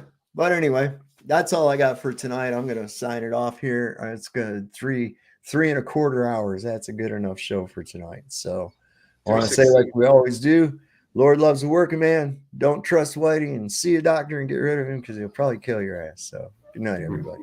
Much love, everyone.